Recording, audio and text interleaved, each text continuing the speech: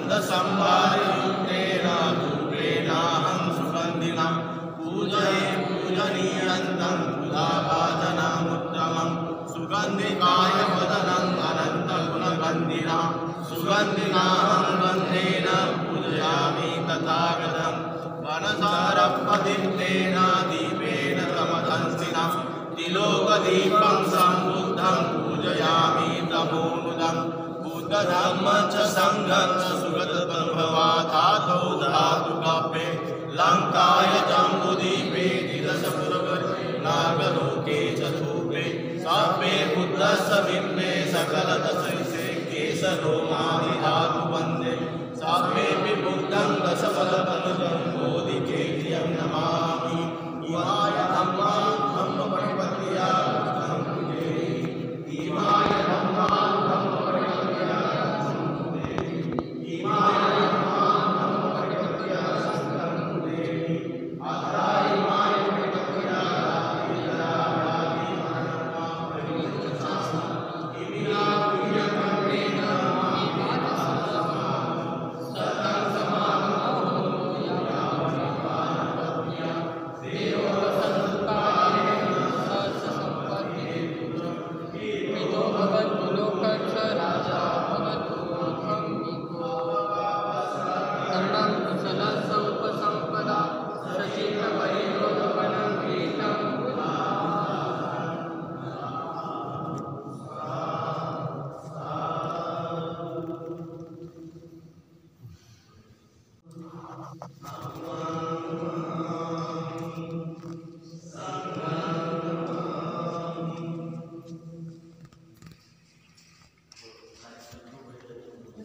वेरमणि सिक्खापदं समादियामि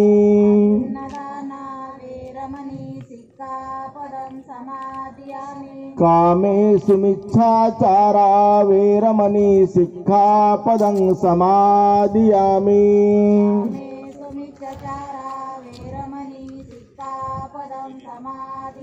मुसावादा वेरमणि सिक्खापदं समादियामि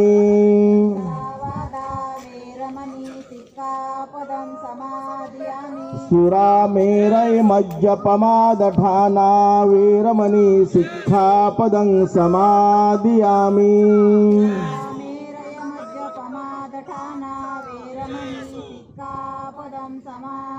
तिसरणेन सह पंचशीलं धम्मं साधुकं सुरक्षितं कृत्वा अपमादेन संपादेथ साधु साधु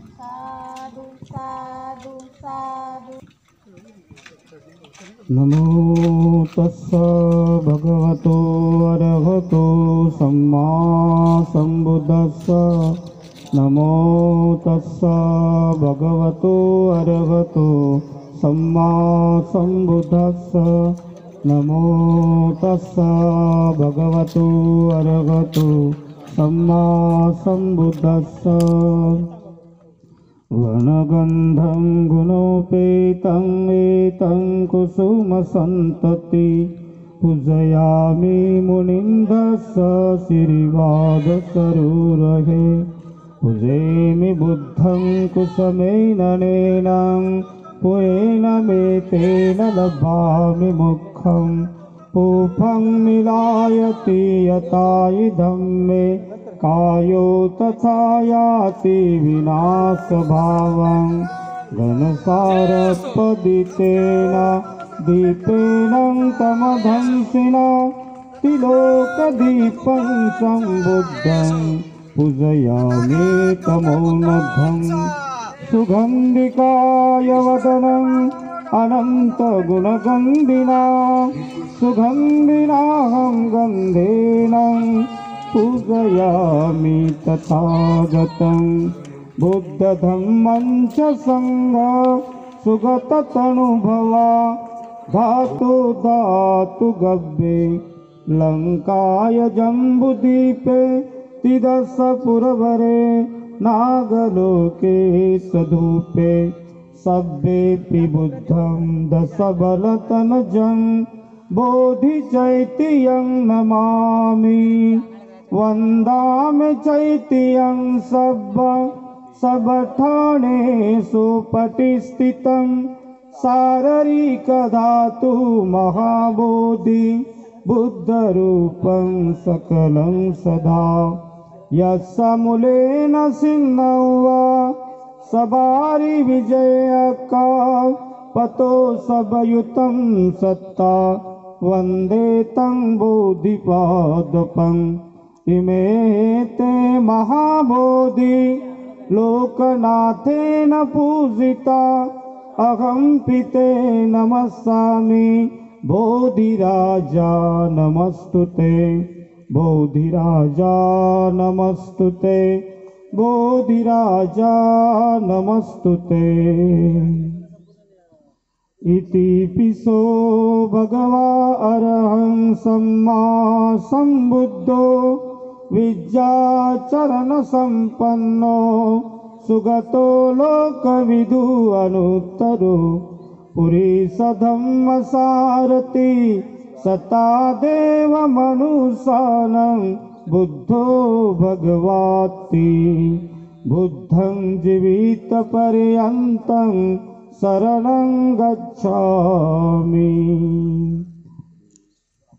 स्वाखातो भगवता धम्मो संदिष्टिको अकालिको यही पसिको ओपनायिको पच्चतं वेवितं भुवियुहिति धम्मं जीवितपर्यन्तं शरणं गच्छामि वेरमणि सिक्खापदं समादियामि नदाना वेरमणि सिक्खापदं समादियामि कामेषु मिच्छाचारा वेरमणि सिक्खापदं समादियामि कामेषु मिच्छाचारा वेरमणि सिक्खापदं समादियामि मुसावादा वेरमणि सिक्खापदं समादियामि सावादा वेरमणि सिक्खापदं समादियामि सुरामेरय मज्जपमादठाना वेरमणि सिक्खापदं समादियामि कामेरय मज्जपमादठाना वेरमणि सिक्खापदं समादियामि तिसरणेन सह पञ्चशीलं धम्मं साधुकं सुरक्षितं कृत्वा अपमादेन सम्पादेथ अहं वन्दे साधु साधु साधु साधु साधु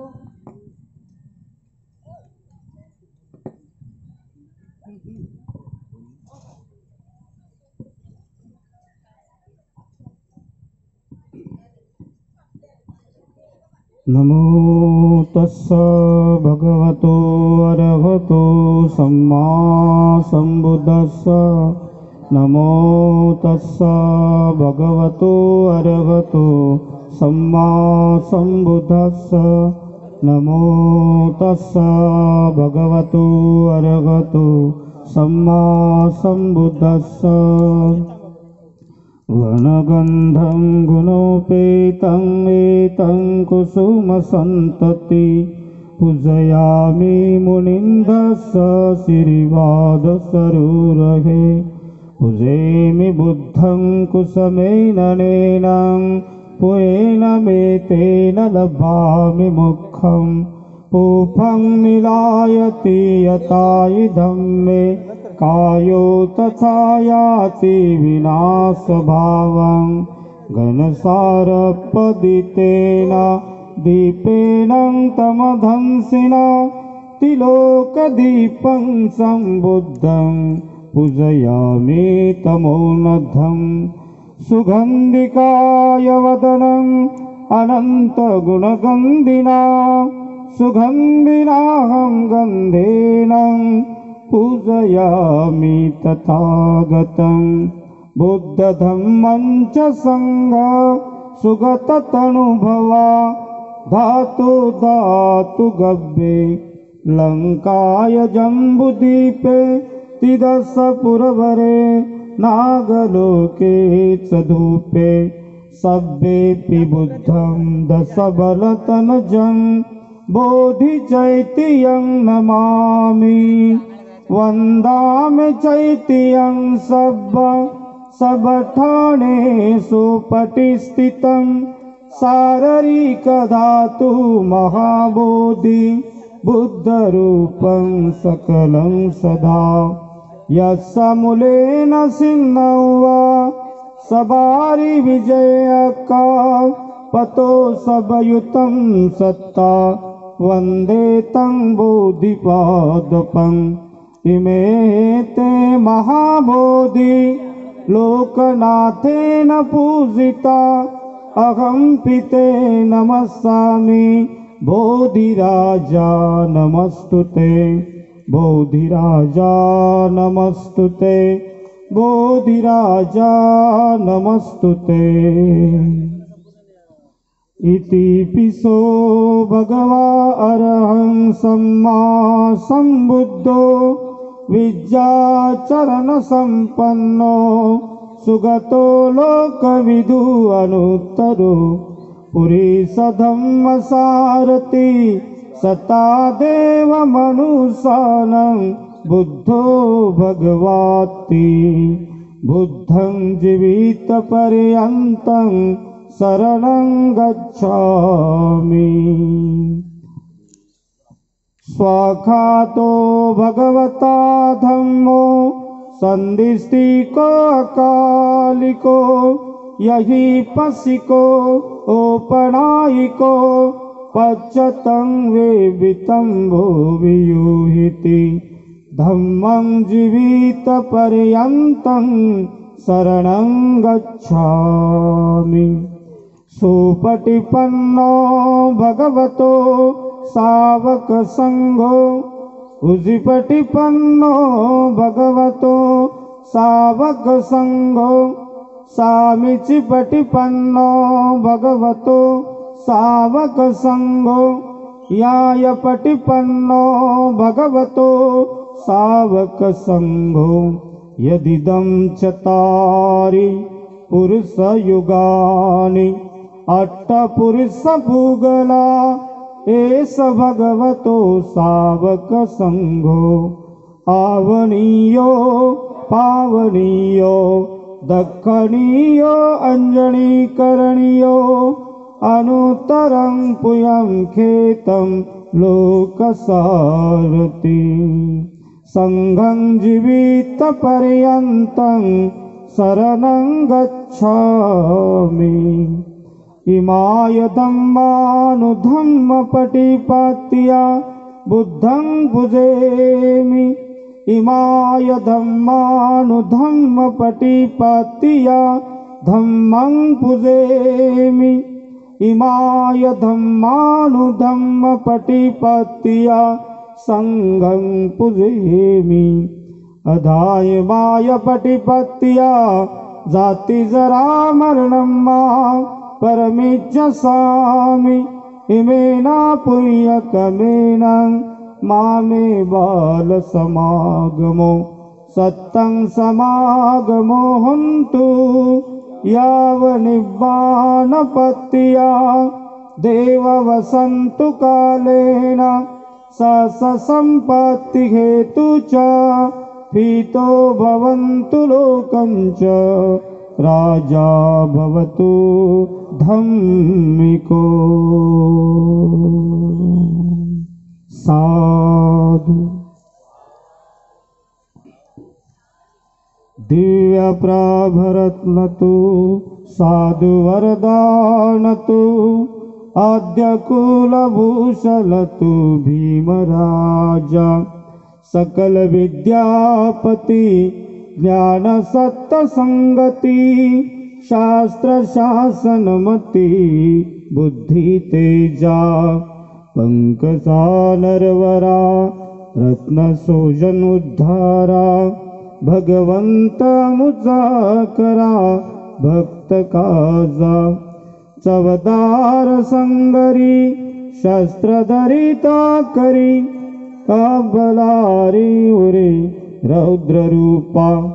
मुक्ति पंथ कोणता जीर्ण स्मृती जाळीता उजाळीला गतिका मार्ग साजा राष्ट्र घटना कृती शोभते भारती महामानव बोलती सार्थ संज्ञा शरण बुद्धासमी शरण धम्मासमी शरण संघासमी भीमराजा भीमराजा भीमराजा.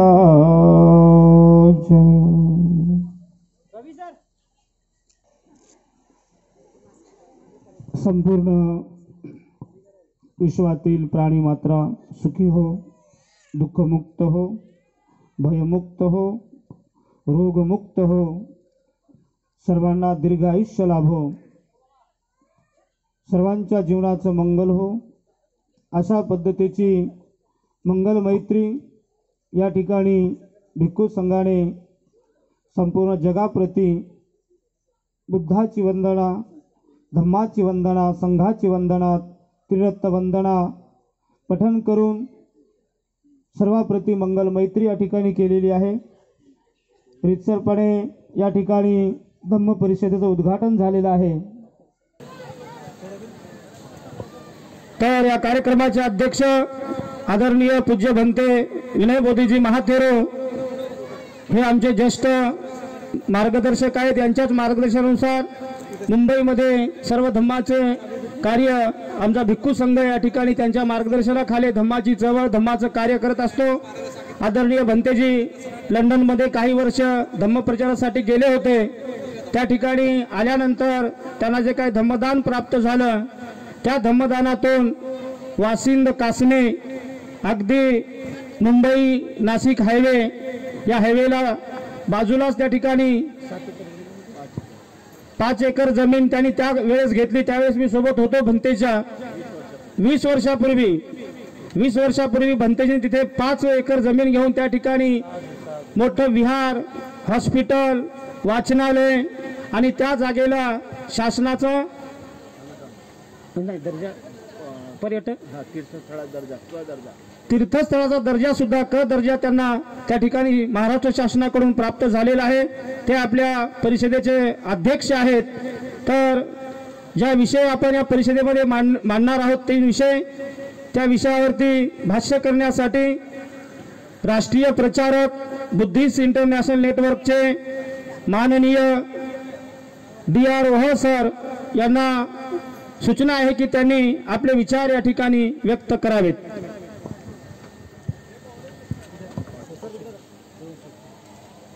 आदरणीय भिक्खू संघ मुंबई आणि बुद्धिस्ट इंटरनॅशनल नेटवर्क यांच्या संयुक्त विद्यमाने आयोजित या 21व्या बौद्ध धम्म परिषदेचे उद्घाटक भदंत विनय बोधी महाथेरो, या धम्म परिषदेचे प्रमुख मार्गदर्शक डॉक्टर भदंत उपगुप्त महाथेरो, या धम्म परिषदेचे उद्घाटक डॉक्टर GK डोंगरगावकर, संशोधक मार्गदर्शक ज्येष्ठ विचारवंत प्राचार्य सत्याग्रह महाविद्यालय, या धम्म परिषदेचे प्रमुख अतिथी आयुष्यमान नाना भिशे, मुंबई अध्यक्ष बुद्धिस्ट इंटरनॅशनल नेटवर्क, या धम्म परिषदेचे मुख्य अतिथी डॉक्टर संजय सोनावणे, समाजसेवक आणि स्वागताध्यक्ष माननीय दिलीप वाहोळे, धम्म उपासक, धम्मपीठावर उपस्थित सर्व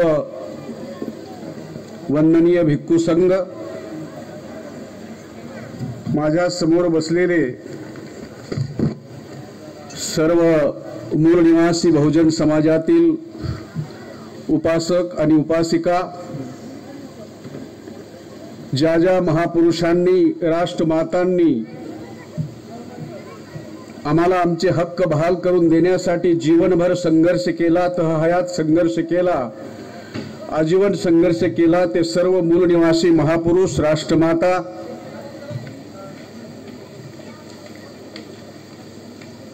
या कार्यक्रमास आवर्जून उपस्थित असलेले पत्रकार बंधू आणि या बौद्ध धम्म परिषदेचे संरक्षण करण्याच्या दृष्टीने सरकारद्वारे तैनात झालेले पोलीस प्रशासनातील बंधू भगिनी आणि जिथपर्यंत माझा आवाज जातोय, हा कार्यक्रम महाराष्ट्रभर लाईव्ह होत आहे MN टीव्हीच्या माध्यमातून.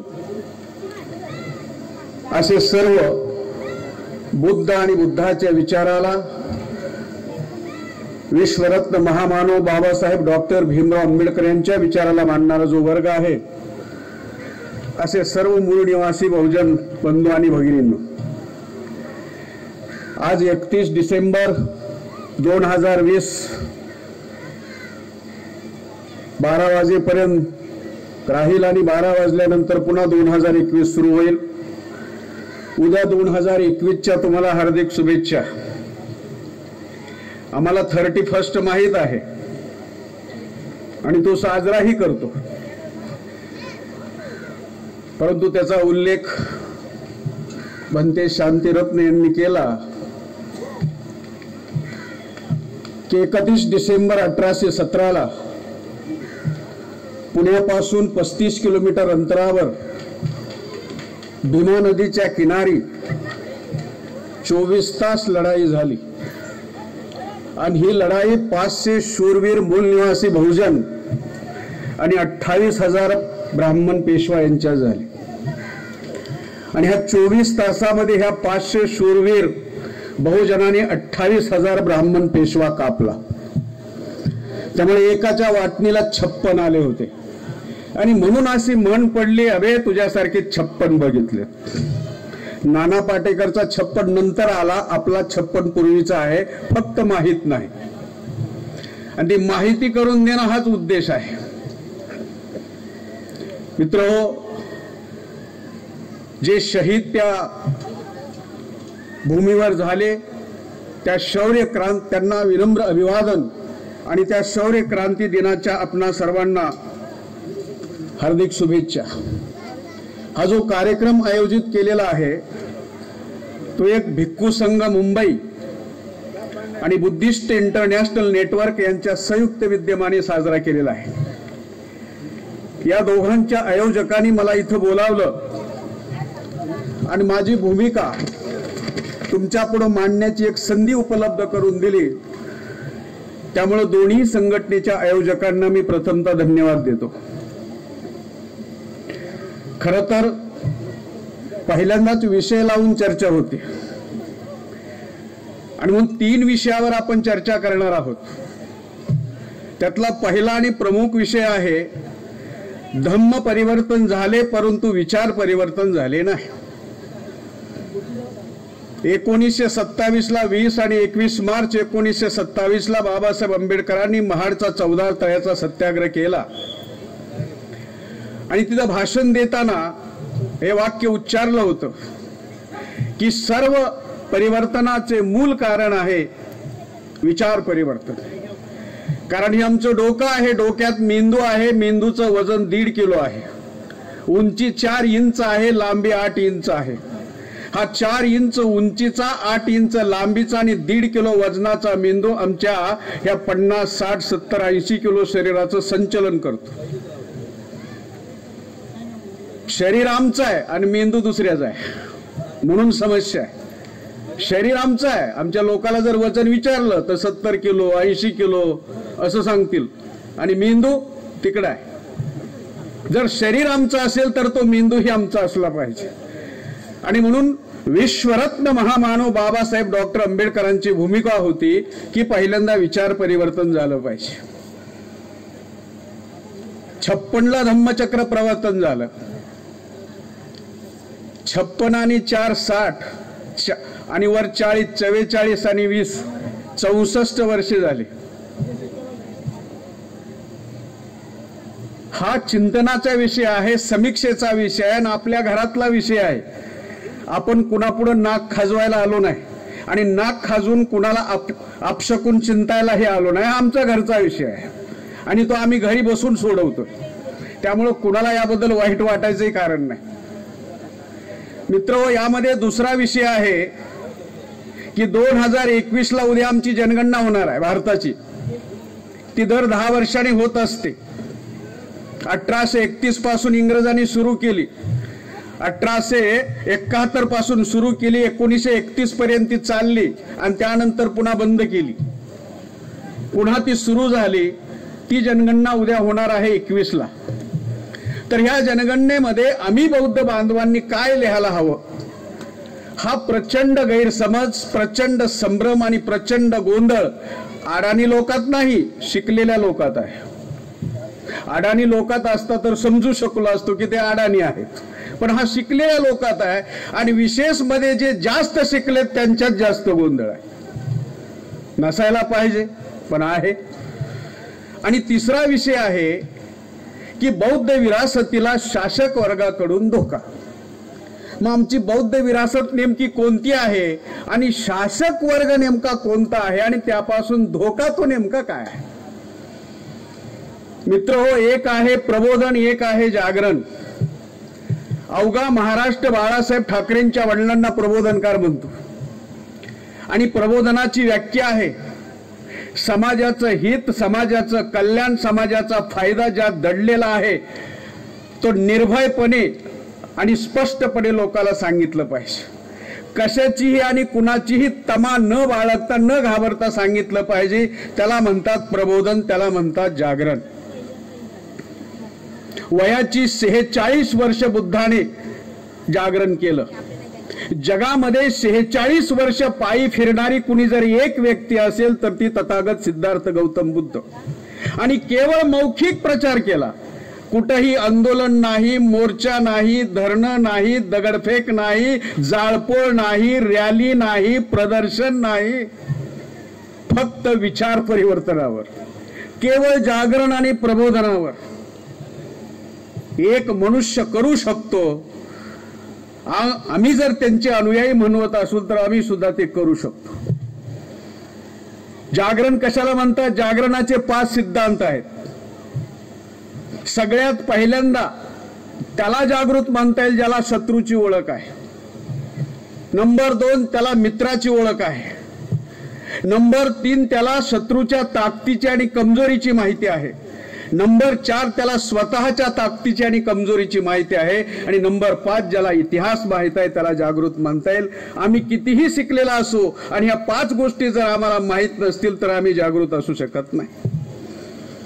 म्हणून शिक्षणाचा आणि आजच्या जागृतीचा काहीही संबंध नाही. संबंध असता तर ही वेळ आली नसती. शिकला म्हणजे जागृत झाला हे खोटं आहे. जर तुम्हाला सहज प्रश्न विचारला किती शिकले होते बुद्ध, कुठल्या युनिव्हर्सिटीची डिग्री होती, काय सांगता येईल कुणाला? पण बुद्धाला 66 नोबेल पारितोषिक विजेत्याने आपला गुरु मानलं. 66. आणि त्यातला पहिला आईन्स्टाईन आणि शेवटचा अमर्त्य सेन. आणि अमर्त्य सेन साधा सुद्धा नाही, हार्वर्ड युनिव्हर्सिटीमध्ये शिकलेला. आणि बुद्ध किती शिकले? शिकलेच नाही. म्हणजे शिक्षणाचा आणि बुद्धीचा संबंध गलत. म्हणून हे जे संभ्रम आमच्यामध्ये निर्माण केलेत मित्र हो, ते संभ्रम आधी आम्हाला दूर करावे लागतील. निखळ प्रबोधन आणि निखळ जागरण समाजामध्ये करावं लागेल, जे बुद्धांनी त्या काळात केलं.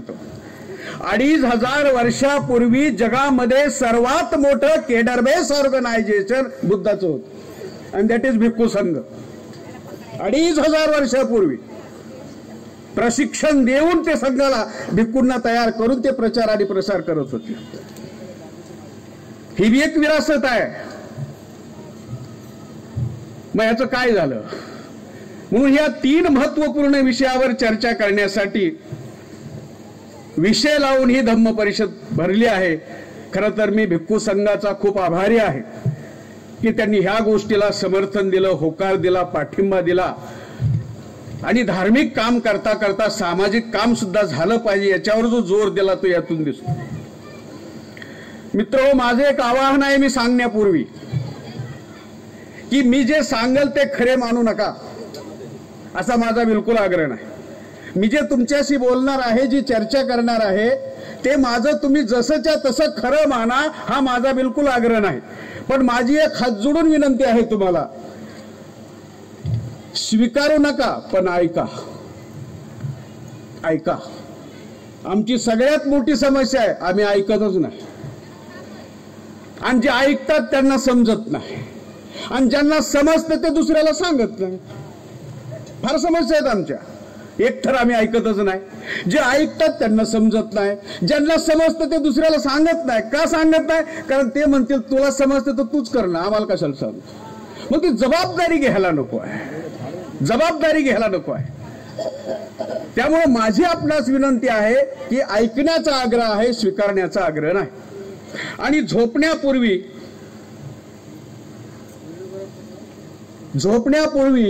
याच्यावर विचार केला की हे जे सांगितलं, ह्या माणसाने जे सांगितलं, जो बोलला, यामुळे माझ्या जीवनावर आणि माझ्या भविष्यावर, माझ्या मुलाबाळाच्या भविष्यावर याचा काय परिणाम होणार आहे. बरेच लोक या धम्म परिषदेमध्ये हिंदी आहेत, हिंदी भाषिक आहेत, आणि त्यांचा आग्रह आहे की मी हिंदी बोलावं. आता कुठलं तरी एक सांगा. नाही तसं ठीक आहे, मराठी बोलूया आणि जे हिंदी भाषिक आहेत त्यांच्यासाठी दुसरा कार्यक्रम ठेवूया. आता काहीतरी मार्ग तर काढला पाहिजे. म्हणून ऐकण्याचा आग्रह आहे, स्वीकारण्याचा नाही. ऐकल्यानंतर विचार करण्याचा आग्रह आहे, विचार करून निर्णय घेण्याचा आग्रह आहे, आणि निर्णय घेऊन अंमलबजावणी करण्याचा आग्रह आहे. डोळे झाकून कृपया कुणीही याच्यावर विश्वास ठेवू नका. कारण बुद्धाचा सिद्धांत आहे, पहिले जानो सही लगे तो मानो, वरना छोड़ दो. जबरदस्ती नाही, मी जबरदस्ती करणार नाही, मी कंडिशन घालणार नाही, मी अट घालणार नाही, मी शर्त लावणार नाही. कारण आम्हाला माहित आहे 70 वर्ष कंडिशन घातल्यामुळे फार सत्यानाश झालं. हेच करा, असंच करा, तसंच करा, हे करूच नका, गेले लोक दूर. कंडिशन घातल्यामुळे लोक दूर जातात आणि कंडिशन नाही घातल्यावर लोक जवळ येतात.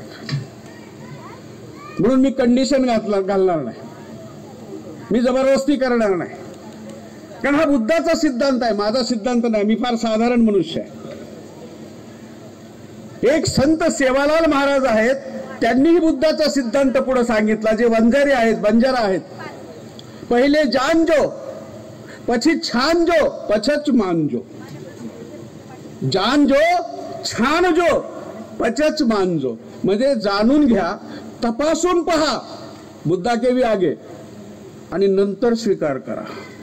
कोणी सांगतंय म्हणून नाही, तो पंडित आहे म्हणून नाही, धर्माचारी आहे म्हणून नाही, गुरु आहे म्हणून नाही. तुमच्या बुद्धीला सतसत एक बुद्धीला पटतंय का? पटत असेल तर स्वीकारा. कारण ऐकण्याचा आग्रह आहे, स्वीकारण्याचा आग्रह नाही.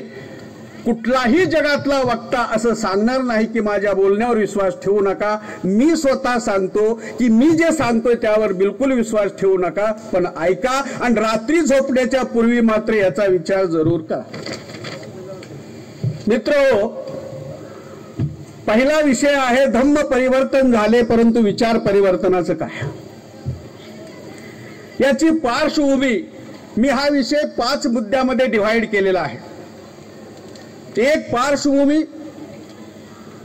त्याच्यानंतर क्रांती, त्याच्यानंतर प्रतिक्रांती, त्याच्यानंतर बाबासाहेब आंबेडकरांची त्रिसूत्री आणि उपाय. ते 5 मुद्दे आहेत. आणि त्यावर मी माझे विचार, संघटनेचे विचार तुमच्यापर्यंत पोहोचवण्याचा प्रयत्न करणार आहे. मित्र, 21 आणि 22 मार्च 1920 ला माणगावला परिषद घेतली बाबासाहेबांनी कोल्हापूर जिल्ह्यात. आणि ह्या माणगावच्या परिषदेमध्ये आपल्या जीवनाचं उद्दिष्ट निर्धारित केलं आणि ते बोलून दाखवलं. बाबासाहेबांनी त्यांच्या जीवनाचं उद्दिष्ट निर्धारित केलं आणि ते बोलून दाखवलं. कोणतं? माझ्या जीवनाचं उद्दिष्ट आहे न्याय, स्वातंत्र्य, समता आणि बंधुभाव यावर आधारित नवा समाज, नवे राष्ट्र, नवा देश, नवा भारत निर्माण करणं. आम्ही माणगावला जातो, पण ह्याचं काय? काय न्याय, स्वातंत्र्य, समता आणि बंधुभावावर आधारित नवा भारत, नवा देश, नवा समाज, नवं राष्ट्र निर्माण झालंय? आणि जर नाही तर कोण जबाबदार? शिकलेले की अडाणी? तर अडाण्याला कसं जबाबदार धरता येईल? म्हणून ते शिकलेल्याकडे येतं आणि जास्त शिकलेल्याकडे जास्त येतो. कारण ते घरावर पाट्या लावून सांगतात ना MA PhD म्हणून. तेवढी जबाबदारी घेतली पाहिजे ना. पुन्हा 20 मार्च 1927 महाडचा चौदार तळ्याचा सत्याग्रह बाबासाहेबांनी केला. त्या सत्याग्रहाच्या वेळी बाबासाहेब आंबेडकरांनी पुन्हा हीच घोषणा केली की न्याय, स्वातंत्र्य, समता आणि बंधुभाव यावर आधारित नवा समाज, नवा देश, नवा भारत, नवं राष्ट्र निर्माण करणं हा माझ्या जीवनाचा उद्देश आहे. काय पूर्ण झालं? जबाबदार कोण? नंबर 3, 13 ऑक्टोबर 1935 येवला जिल्हा नाशिक या ठिकाणी बाबासाहेबांनी घोषणा केली की न्याय, स्वातंत्र्य, समता आणि बंधुभाव यावर आधारित नवा भारत, नवा समाज, नवा देश, नवं राष्ट्र निर्माण करणं हा माझा उद्देश आहे. आणि त्यात पुढे असंही म्हटलं की हिंदू धर्मात जन्माला आलो हे माझ्या हातात नव्हतं, पण हिंदू धर्मात मी मरणार नाही, कारण मरण माझ्या हातात आहे, जन्म घेणं माझ्या हातात नाही. यानंतर बाबासाहेब आंबेडकरांनी 26 नोव्हेंबर 1949 जी भारताची घटना लिहिली, 2 वर्ष 11 महिने आणि 18 दिवसात, ज्यामध्ये 395 कलम आणि 12 परिशिष्ट आहेत. ही भारताची राज्य घटना भारताच्या राष्ट्रपतीला डॉक्टर राजेंद्र प्रसाद यांना सुपूर्द करताना बाबासाहेब म्हणाले की माझ्या संविधानाचा उद्देश आहे आणि तो लिहिलेला आहे उद्देश पत्रिकेमध्ये. काय उद्देश आहे संविधानाचा? न्याय, स्वातंत्र्य, समता आणि बंधुभाव यावर आधारित नवा समाज, नवा देश, नवा भारत, नवे राष्ट्र निर्माण करणे. 5 नंबरला 14 ऑक्टोबर 1956 अर्थात अशोका विजयादशमी दिवशी पुन्हा बाबासाहेब आंबेडकरांनी नागपूरला घोषणा केली की न्याय, स्वातंत्र्य, समता आणि बंधुभाव यावर आधारित नवा समाज, नवा भारत, नवा देश, नवं राष्ट्र निर्माण करणं हा माझ्या जीवनाचा उद्देश आहे. आम्ही जय जयकार करतो आणि स्वतः बाबासाहेबांनी सांगितलं काही करा पण तेवढा माझा जय जयकार करू नका. आम्ही हटकून तेवढंच करतो, कारण हटकुरी माणसं. काय सांगितलं मग? जय जयकार करू नका, पण माझं अपुरं राहिलेलं काम पूर्ण करण्यासाठी प्राणाची बाजी लावा. ते कुणीच करत नाही, कारण ते अवघड आहे. जय जयकार सोपं आहे, कुणीतरी पुढे म्हणायचं माग जय, सोपं. आता महाराष्ट्रातले लोक जय भीम म्हणतात, मग उत्तर भारतात आणि बिहारमध्ये ते म्हणजे महाराष्ट्रातली लोक एकदाच जय भीम म्हणतात. आपण जरा महाराष्ट्राच्या पुढे गेलं पाहिजे. मग ते काय जय जय जय जय जय जय जय जयकार करून महापुरुषाचं आंदोलन चालत नसतं. आंदोलन चालल्यानं महापुरुषाचा जय जयकार होत असतो. जय जयकार करून आंदोलन चालत नसतं, आंदोलन चालवण्यानं महापुरुषाचा जय होतो. जय जयकारानं महापुरुषाचा जय होत नसतो. आणि ते बी ह्याच मुंबईत सांगितलं होतं 17 ऑगस्ट 1952 सिद्धार्थ कॉलेजमध्ये, माझा जय जयकार करू नका, माझी जयंती साजरी करू नका, माझं अपुरं काम जे राहिले ते पूर्ण करा. आता ते केव्हा करू माहित असेल तर अपुरं काय राहिले. बरं असं म्हणले का बाबासाहेब ते डॉल्बी तेवढं लावायचं राहिले? त्यावेळी डॉल्बी नव्हती, डीजे नव्हता, बँड नव्हता, मिरवणूक नव्हती, कव्वाल्या नव्हत्या, गाणी नव्हती. आणि गाणी दुरंगी सामने, तिरंगी सामने, चौरंगी सामने, आपलेच पुरुष, आपल्याच महिला, महिला सोबत लाज वाटते ते काय बोलतात हे सांगण्याची, लाज वाटते. आणि सामना महिला आपलीच, बोलणार आपलाच. इतक्या खालच्या थराला ते गेले, यायला नाही पाहिजे होत. म्हणून बाबासाहेब आंबेडकरांनी जीवनामध्ये ज्या घोषणा केल्या काय त्या पूर्ण झालेत? बरं आता बाबासाहेब जबाबदार आहेत का? बाबासाहेब नाही, का जिवंतच नाहीत. मग कोण जबाबदार? या चळवळीमुळं, आंदोलनामुळं संविधान निर्माण झालं, संविधानामुळे आमचा फायदा झाला. शिक्षण मिळालं, स्कॉलरशिप मिळाली, नोकरी मिळाली, प्रमोशन मिळालं, बंगला मिळाला, गाडी मिळाली, मान मराठा, पद प्रतिष्ठा सब कुछ मिळालं. आमची जबाबदारी नाही? ही त्यांची जबाबदारी आहे. आम्ही जबाबदारी ढकलून चालणार नाही. जगातलं सर्वात हलकं काम कोणतं असेल तर जबाबदारी ढकलणं, दुसऱ्यावर ढकलणं, आणि सगळ्यात अवघड काम स्वतःवर जबाबदारी घेणं. आम्ही माणसं स्वतःवर जबाबदारी घेतलेली माणसं आहोत. आम्ही दुसऱ्यावर ढकलत नाही. पहिल्यांदा स्वतः करणार, मग दुसऱ्याला सांगणार. आधी केले मग सांगितले. म्हणून बाबासाहेब आंबेडकरांनी ज्या घोषणा केल्या होत्या त्यात एक प्रमुख घोषणा केली होती की मी सारा भारत बौद्धमय करीन. सगळी लोक भाषणामध्ये सांगतात आणि ती सांगताना सुद्धा अशा स्टाईल मध्ये सांगतात, बाबासाहेब आंबेडकरांनी. बाबा बी म्हणत नाही, बाबासाहेब कुठून शब्द आणला माहित नाही. अहो बाबा आहे ना राव. गडबडीत लक्षातच नाही. तर त्यांनी सांगितलं मी सारा भारत बौद्धमय करील. प्रश्न आहे, झालाय? भारत फार मोठा आहे, 36 घटक राज्य आहेत. महाराष्ट्र बी मोठा आहे, 36 जिल्हे आहेत. मुंबईमध्ये बी 8 झोन आहेत, त्यातला एक झोन.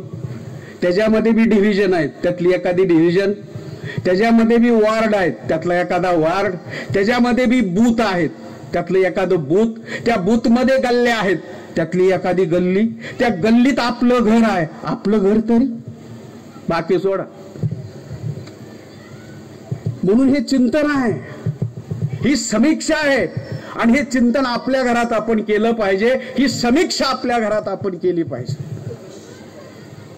इंट्रोस्पेक्शन केलं पाहिजे मित्र. हे कुणीतरी बोललं पाहिजे, ते कटू असलं पाहिजे आणि ते लागलं पाहिजे. कारण लागल्याशिवाय सुधारणा होत नाही. जर समीक्षा केली तर आमच्या स्ट्रॉंग पॉइंट्स कळतात, शक्तीस्थळं कळतात, आमच्या चांगल्या गोष्टी कळतात. आणि जर समीक्षा केली तर शक्तीस्थळाबरोबर आमची वर्मस्थळं बी कळतात, आमच्या कमजोऱ्या बी कळतात, आमच्या उणिवा वानवा बी कळतात. आणि जर उणिवा वानवा लक्षात आल्या तर आम्ही सुधारणा करू. पण आम्ही काय ठरवलंय, आम्ही समीक्षा करायची नाही.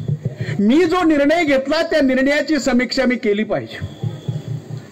की 1 जानेवारी 2020 ला जो मी निर्णय घेतला होता तो 31 डिसेंबर 2020 ला कुठपर्यंत लागू झाला, किती लागू झाला, किती अपूर्ण आहे, किती पूर्ण झाला तो कसा झाला, अपूर्ण आहे तो किती आहे, आणि जो आहे तो कुणी आणि कधी पूर्ण करायचा आहे.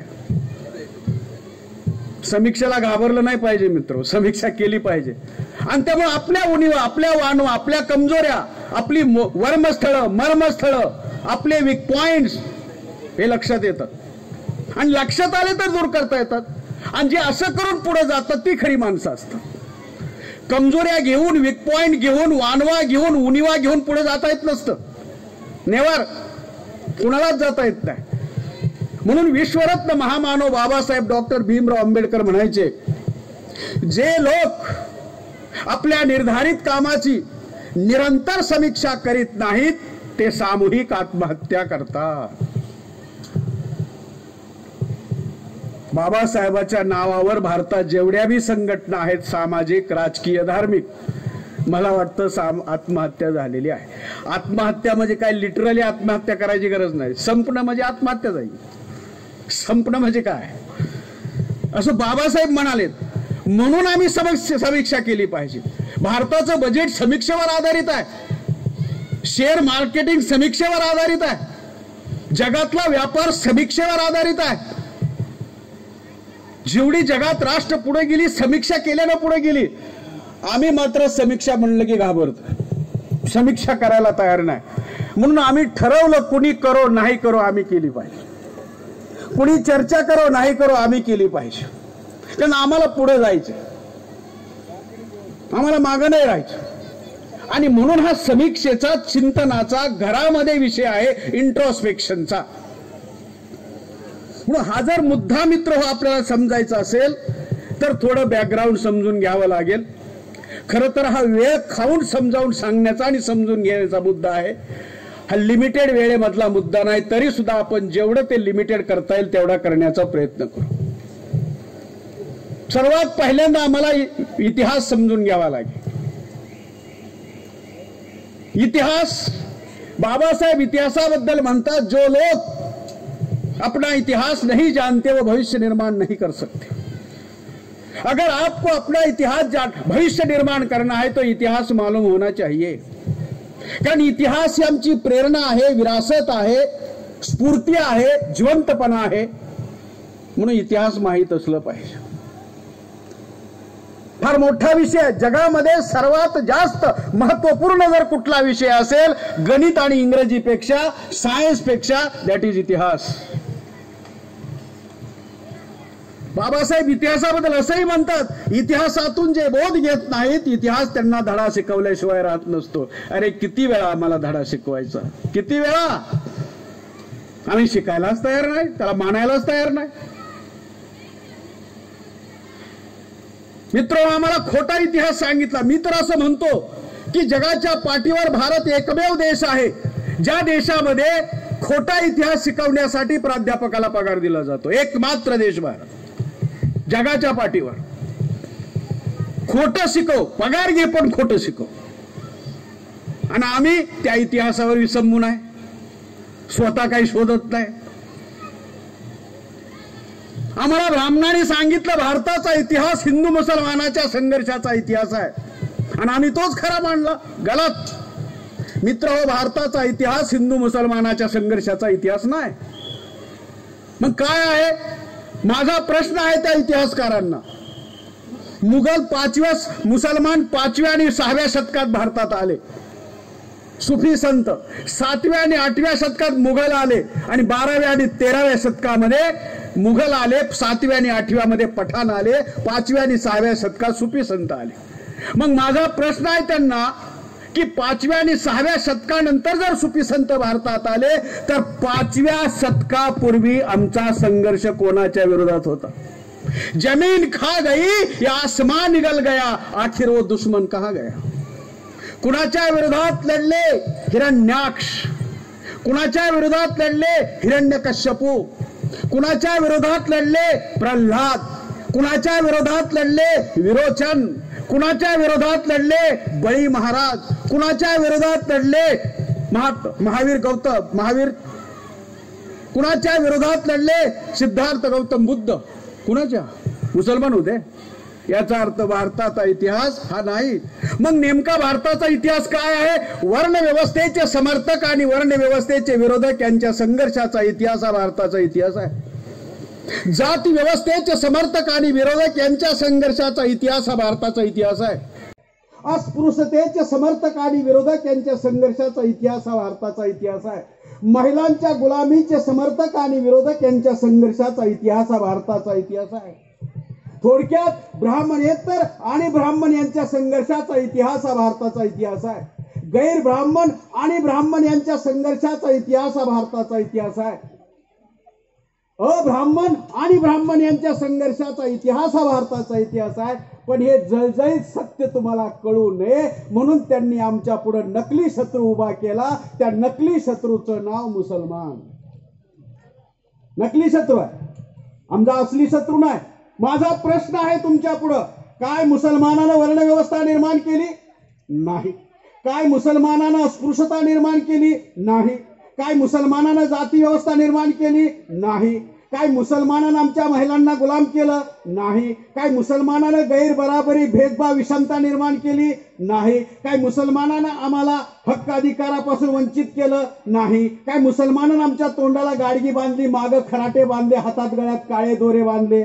नाही. मग मुसलमान कसा शत्रू? एक बी काम नाही केलं. ज्यानं केलं हे तुम्हाला कळू नये म्हणून त्यांनी आम्हाला खोटा इतिहास सांगितला आणि तो खोटा इतिहास उराशी बाळगून आम्ही काम करू लागलो. म्हणून गोंधळ झाला.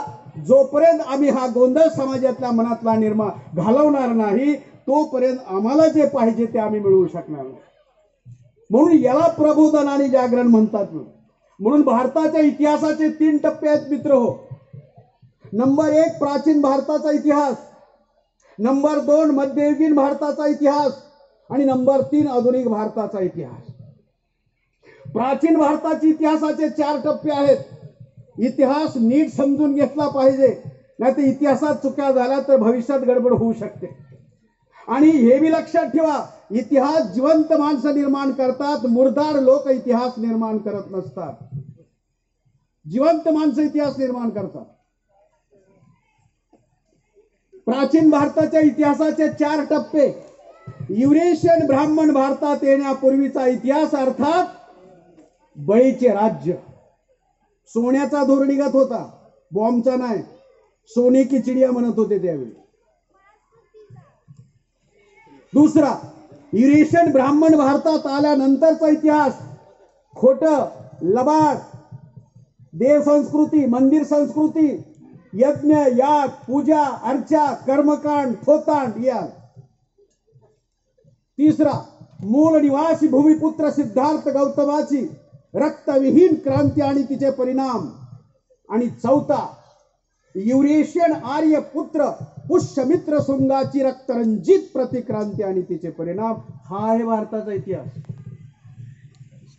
बुद्धाचा फोटो घरात लावल्यानं, बाबासाहेबाचा फोटो घरात लावल्यानं, वंदना केल्यानं, अगरबत्ती लावल्यानं, मेणबत्ती लावल्यानं हे कळत नाही. हे शोधून काढावं लागतं. आणि केवळ मला माहीत असून चालणार नाही, ते समस्त समाजापर्यंत पोहोचवण्याची जबाबदारी बी आमची असली पाहिजे. म्हणून हा इतिहास आम्हाला पहिल्यांदा माहीत करून घ्यावा लागेल. जोपर्यंत आम्हाला इतिहास माहीत नाही होणार मित्र हो, आम्ही नवा इतिहास घडवू शकणार नाही. आता तथागत सिद्धार्थ गौतमाच्या परिव्रजेची कारण. प्रत्येक गोष्ट आम्हाला खोटी सांगितली आणि ती खोटी गोष्ट आम्ही घेऊन चाललोय. आम्हाला सांगितलं पहिल्यांदा की सिद्धार्थाने परिव्रजा का घेतली, तर त्यांनी सांगितलं सिद्धार्थ दुःखी झाले एक म्हातारा बघून, सिद्धार्थ दुःखी झाले एक आजारी बघून, रोगी बघून, सिद्धार्थ दुःखी झाले एक प्रेत बघून.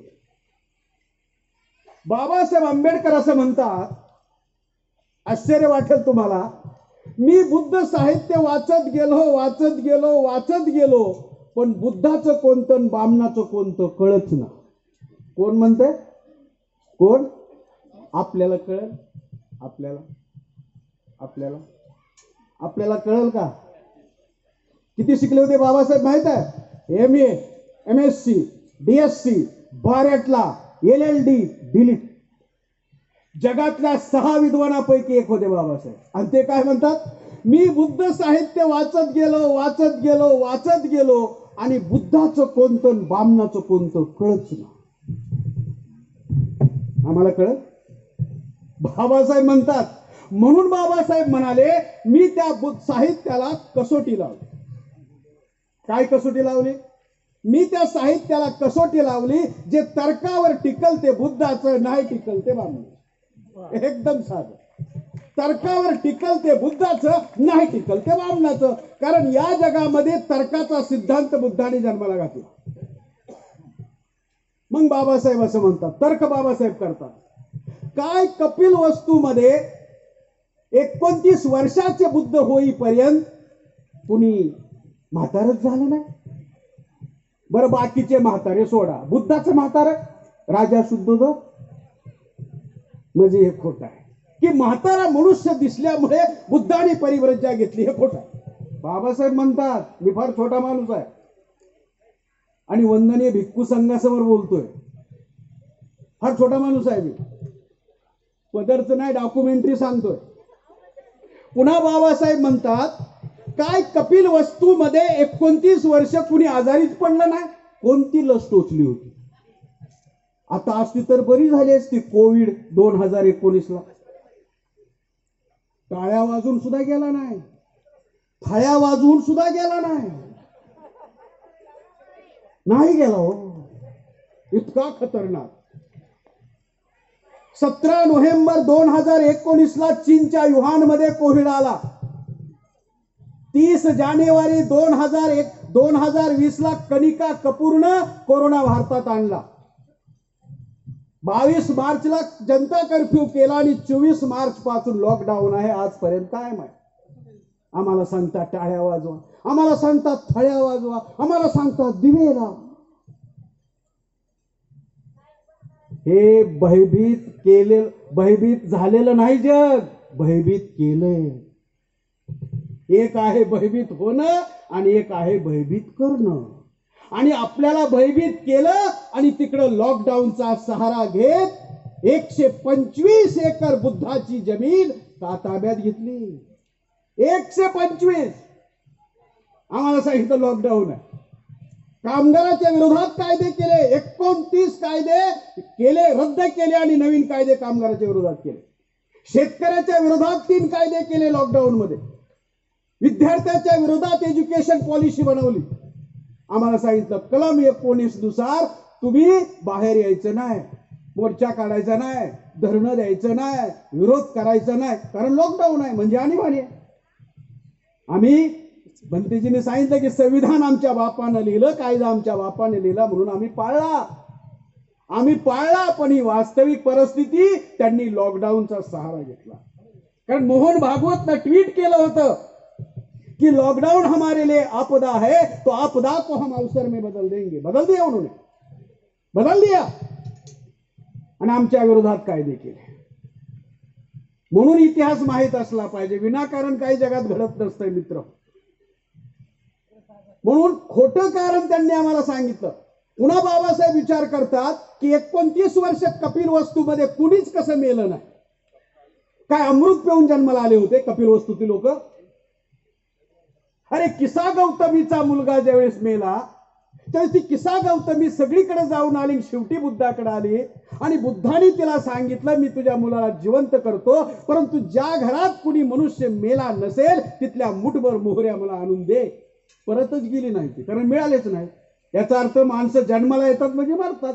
जन्म जसा सिद्धांत आहे, जो जन्माला येतो तो मरण हा बी सिद्धांत आहे.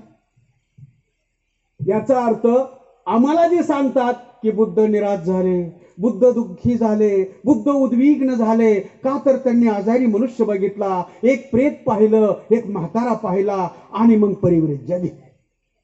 खोटं. म्हणून असली सांगितलं पाहिजे. अहो लोकांचे कान आसुसलेत हे खरं ऐकण्यासाठी. आम्ही सांगत नाही समस्या, ही खरी समस्या आमची. लोक तयार आहेत हे स्वीकारायला ऐकायला, आणि तो अनुभव आहे आमच्याजवळ. कारण आता लोक खरंच ऐकायला तयार आहेत, काही ऐकायला तयार नाहीत. हे आम्ही लक्षात, इथून बोलणाऱ्यांनी लक्षात ठेवलं पाहिजे. काही ऐकायला लोक तयार नाहीत. आता पुन्हा नैमित्तिक कारण एक सांगितलं की रोहिणी नदीच्या पाणी वाटपावरून भांडण झालं, शाक्य आणि कोलीय घराण्यात भांडण झालं.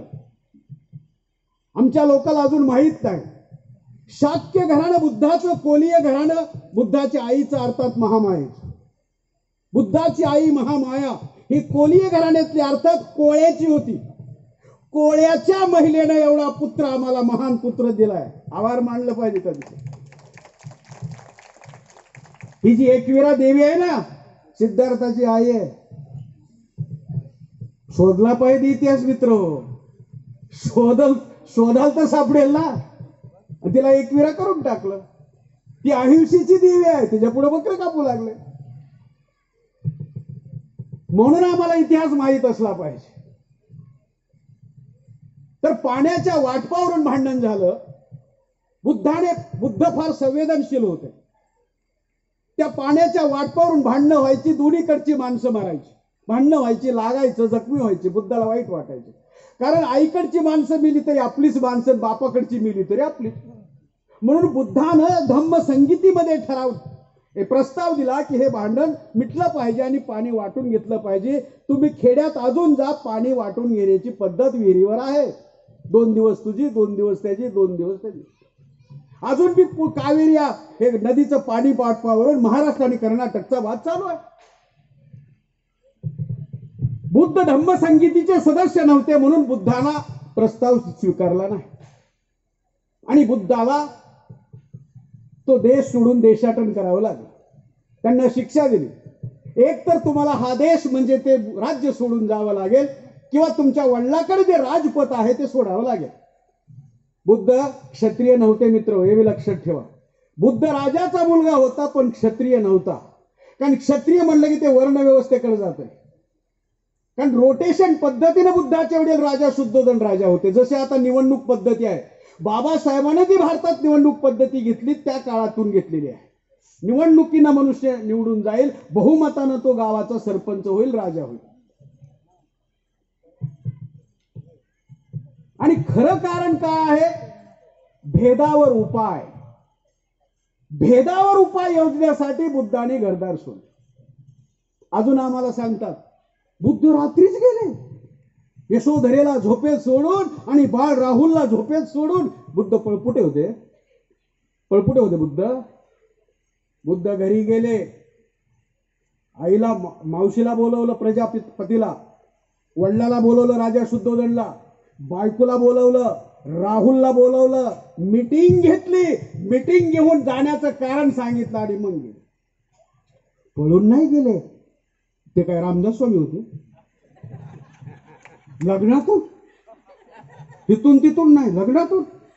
आता माझ्या बहिणीच्या लग्नात एखादा मुलगा, त्याने लग्न जमलं, सुपारी फुटली, साखरपुडा झाला, टिळा झाला, हल्दी लागल्या 5-5 दिवस, सगळं झालं, ड्रेस बी घेतला, अंगठी बी घेतली आणि बोहल्यावर उभा राहिला, 6 मंगलाष्टिका म्हटला आणि 7वीला पळून गेला. आता सावध सावधान साता समय पळाला. काय कराल तुम्ही अशाच? जोड्यानं पूजा केली पाहिजे. जोड्यानं म्हणजे नवरा बायकोनं. आमचं बुद्ध पळून, आम्हाला इतिहास माहित असला पाहिजे हो मित्र. ती खिरीचं सुद्धा उदाहरण रामदासाचं सांगतात ना, काउंटर करण्यासाठी. माहित नाही लोकांना आमच्या. बुद्धाचा आवडता पदार्थ खीर आहे, जी सुजातानं दिली होती. आणि ती खीर आम्ही खातो बुद्ध जयंतीला. म्हणून रामदास सांगितलं की तो इतकी खीर खाल्ली की उलटी करायचा, पुन्हा खायचा आणि उलटी करायचा, त्याची किळस वाटावी म्हणून आम्हाला सांगितलं. फार ठरवून केलंय हो सगळं. Counter and recounter. आमच्या लोकांना हे कळलं पाहिजे, काय काउंटर केलंय, काय रिकाउंटर केलंय. म्हणून खरं कारण आहे वेदावर, भेदावर उपाय, भेद निर्माण करणाऱ्या वेदावर उपाय योजना करण्यासाठी बुद्धाने परिव्रज्या घेतली, बुद्धाने घरदार सोडले, सगळं सर्वसंग परित्याग केला. त्यागाला दुनियेमध्ये सलाम आहे, त्यागाला, भोगाला नाही. त्याग, समर्पण, बलिदान ह्याला लोक सलाम करतात, भोगाला नाही. आता बुद्ध गेले घराच्या बाहेर. कुठे जाऊन बसले? जिथं बिहारमध्ये बोध गया आहे तिथं पिंपळाचा वृक्ष होता, त्या पिंपळाच्या वृक्षाखाली बसले. 1 नव्हे, 2 नव्हे, 3 नव्हे, 4 नव्हे, 5 वर्ष पिंपळाच्या वृक्षाखाली. पिंपळाच्याच का? पिंपळाचं झाड दिवसा आणि रात्री दोन्ही वेळेला ऑक्सिजन सोडतं. एकमेव झाड आहे जगातलं दोन्ही वेळी ऑक्सिजन सोडतं. बाकी झाडं रात्री ऑक्सिजन, कार्बन डायऑक्साईड वायू सोडतात आणि दिवसा ऑक्सिजन सोडतात. म्हणून रात्री लोक म्हणतात शानी झाडाच्या खाली झोपू नये, पण पिंपळाचं झाड याला अपवाद आहे. एवढंच नाही, तुम्ही पिंपळाची पानं दररोज उकळून प्या, स्त्री पुरुषाचे सगळे रोग 15 दिवसात गायब होतात.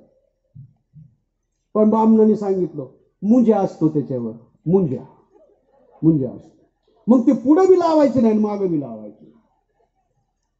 भीती घातली मुंज्याची. फार मुळ्या खोल जातात म्हणले. वडाच्या जास्त जातात का त्याच्या जास्त जातात? पिंपळाच्या झाडाला काउंटर करण्यासाठी त्यांनी वडाचं झाड आणलं आणि म्हणले घाल ह्याला फेऱ्या, ह्याला फेऱ्या मार. आणि काय माग? हाच नवरा, जाळणारा, छळणारा, मारणारा, विहिरीत ढकलून देणारा, खुंड्यासाठी भांडणारा, वारंवार कपडे मागणारा भिकारी, घड्याळ मागणारा, हाच जन्मी या जन्मी मिळू दे, नाही पुढच्या जन्मी मिळू दे, नाही 7 जन्मी मिळू दे, नाही जन्म जन्मांतरी. काय रिझर्वेशन आहे? मग फुले म्हणतात अरे एक तरी नवरा आहे का की जो निदान हीच बायको ह्या जन्मी राहू दे म्हणून बाबळीच्या झाडाला तरी वेड्या मारतो. उलट पहिली मिली तर 15 दिवसात दुसरी करतो.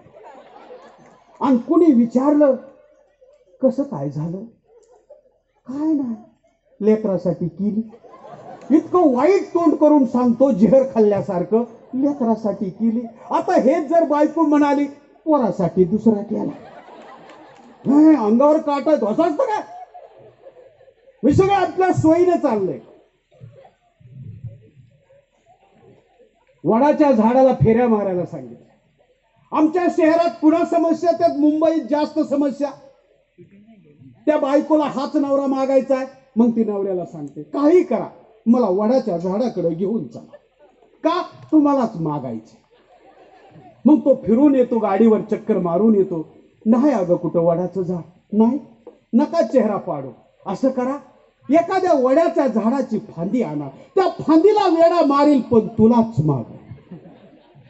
मग त्याला फांदी बी मिळत नाही, मुंबई आहे ना. मग तो काय म्हणतो, नाही अगं फांदी, काही चिंता करू नका, या भिंतीवर वडाचं झाड काढा, चित्र काढा, त्या चित्राला फिरी मारल पण तुलाच माग. मग तो वडाचं झाड काढाय जातो, पण वडाचं झाड येतच नाही, दुसरंच येतं. पुन्हा चेहरा पडतो. बायको म्हणते चिंता करू नका, खाली लिहा वडाचे झाड, त्याला फिरी मारल तुलाच माग. हे आमच्या हाडी मासे बनवलंय. आमच्या ह्या मुलींना कॉम्प्युटरला फेऱ्या घालायला पाहिजे, आम्हाला वडाच्या झाडाला फेऱ्या घालायला लावल्या आणि वडाच्या झाड पिंपळाच्या झाडाला काउंटर करण्यासाठी आणलं. हे प्रबोधन, हे जागरण महिलाला झालं तर वडाचं झाड सुटल हो, विनाकारण सुटणार नाही. तुम्ही ह्यांना किती सांगा वडाच्या झाडाला फेऱ्या मार, ते ऐकणारच नाही. का? मागायचंय ना त्याला, जाळणाऱ्याला, छळणाऱ्याला, मारणाऱ्याला, अपमान करणाऱ्याला. म्हणजे वडाच्या झाडाला काउंटर करण्यासाठी, पिंपळाच्या झाडाला काउंटर करण्यासाठी वडाचं झाड आहे. 5 वर्ष बुद्ध बसले, आम्हाला सांगतात बुद्ध बसले, मग वारूल चढलं, मग केस वाढले, पण नखे वाढले. बिलकुल असं झालेलं नाही. फार जबाबदारीनं बोलतोय. बुद्ध झोपत होते, बुद्ध बसत होते, बुद्ध उठत होते, बुद्ध लघवीला जात होते, बुद्ध टॉयलेटला जात होते, बुद्ध तोंड धुवायला जात होते. शक्य नाही. काहीतरी आम्ही ती चित्र काढून वेळ ती करतात हिमालयात, आम्ही करायला लागलो. वास्तव सांगावं लोकांना, खरं सांगा. पण बुद्धाने 5 वर्ष चिंतन केलं, 5 वर्ष मनन केलं, 5 वर्ष अभ्यास केला, गहन अध्ययन केलं. आणि मित्र हो, बुद्धाने फक्त एका विषयावर अध्ययन केलं, ओनली वन. आणि त्या विषयाचं नाव दुःख. एकच विषय, दुःख. दुसरा कुठलाच विषय नाही. काय चिंतन केलं बुद्धाने? बुद्ध म्हणतात जगात दुःख आहे, दुःखाचं कारण आहे, दुःखाचं निवारण आहे. दुःख आहे, दुःखाचं कारण आहे, दुःखाचं निवारण आहे. मग बुद्धाने चिंतन केलं आणि दुःखाचे 3 प्रकार सांगितले, जे आम्ही समाजामध्ये प्रबोधन आणि जागरण करतो. आणि ते 40-43 वर्षात आम्हाला बुद्ध समजले, ते अल्पसा प्रयत्न तुमच्या पुढे मांडण्याचा आहे. जे आम्हाला थोडे समजले सामाजिक चळवळीत काम करताना. पहिला दुःखाचा प्रकार व्यक्तिगत दुःख. जगामध्ये 3 दुःख आहेत. व्यक्तिगत दुःख, दुसरा दुःखाचा प्रकार सामूहिक दुःख, आणि तिसरा दुःखाचा प्रकार नैसर्गिक दुःख. 3 प्रकार सांगितले आणि 3ही प्रकारावर उपाय सांगितले. कुठेही शोधायला जायची गरज नाही हो. व्यक्तिगत दुःख म्हणजे काय? आ बैल मुझे मार, म्हणजे स्वतः अंगावर घेतलेली दुःख, हटकून. आता मला माहित आहे खोटं बोलल्यामुळे त्रास होणार आहे, मी खोटं बोलतो.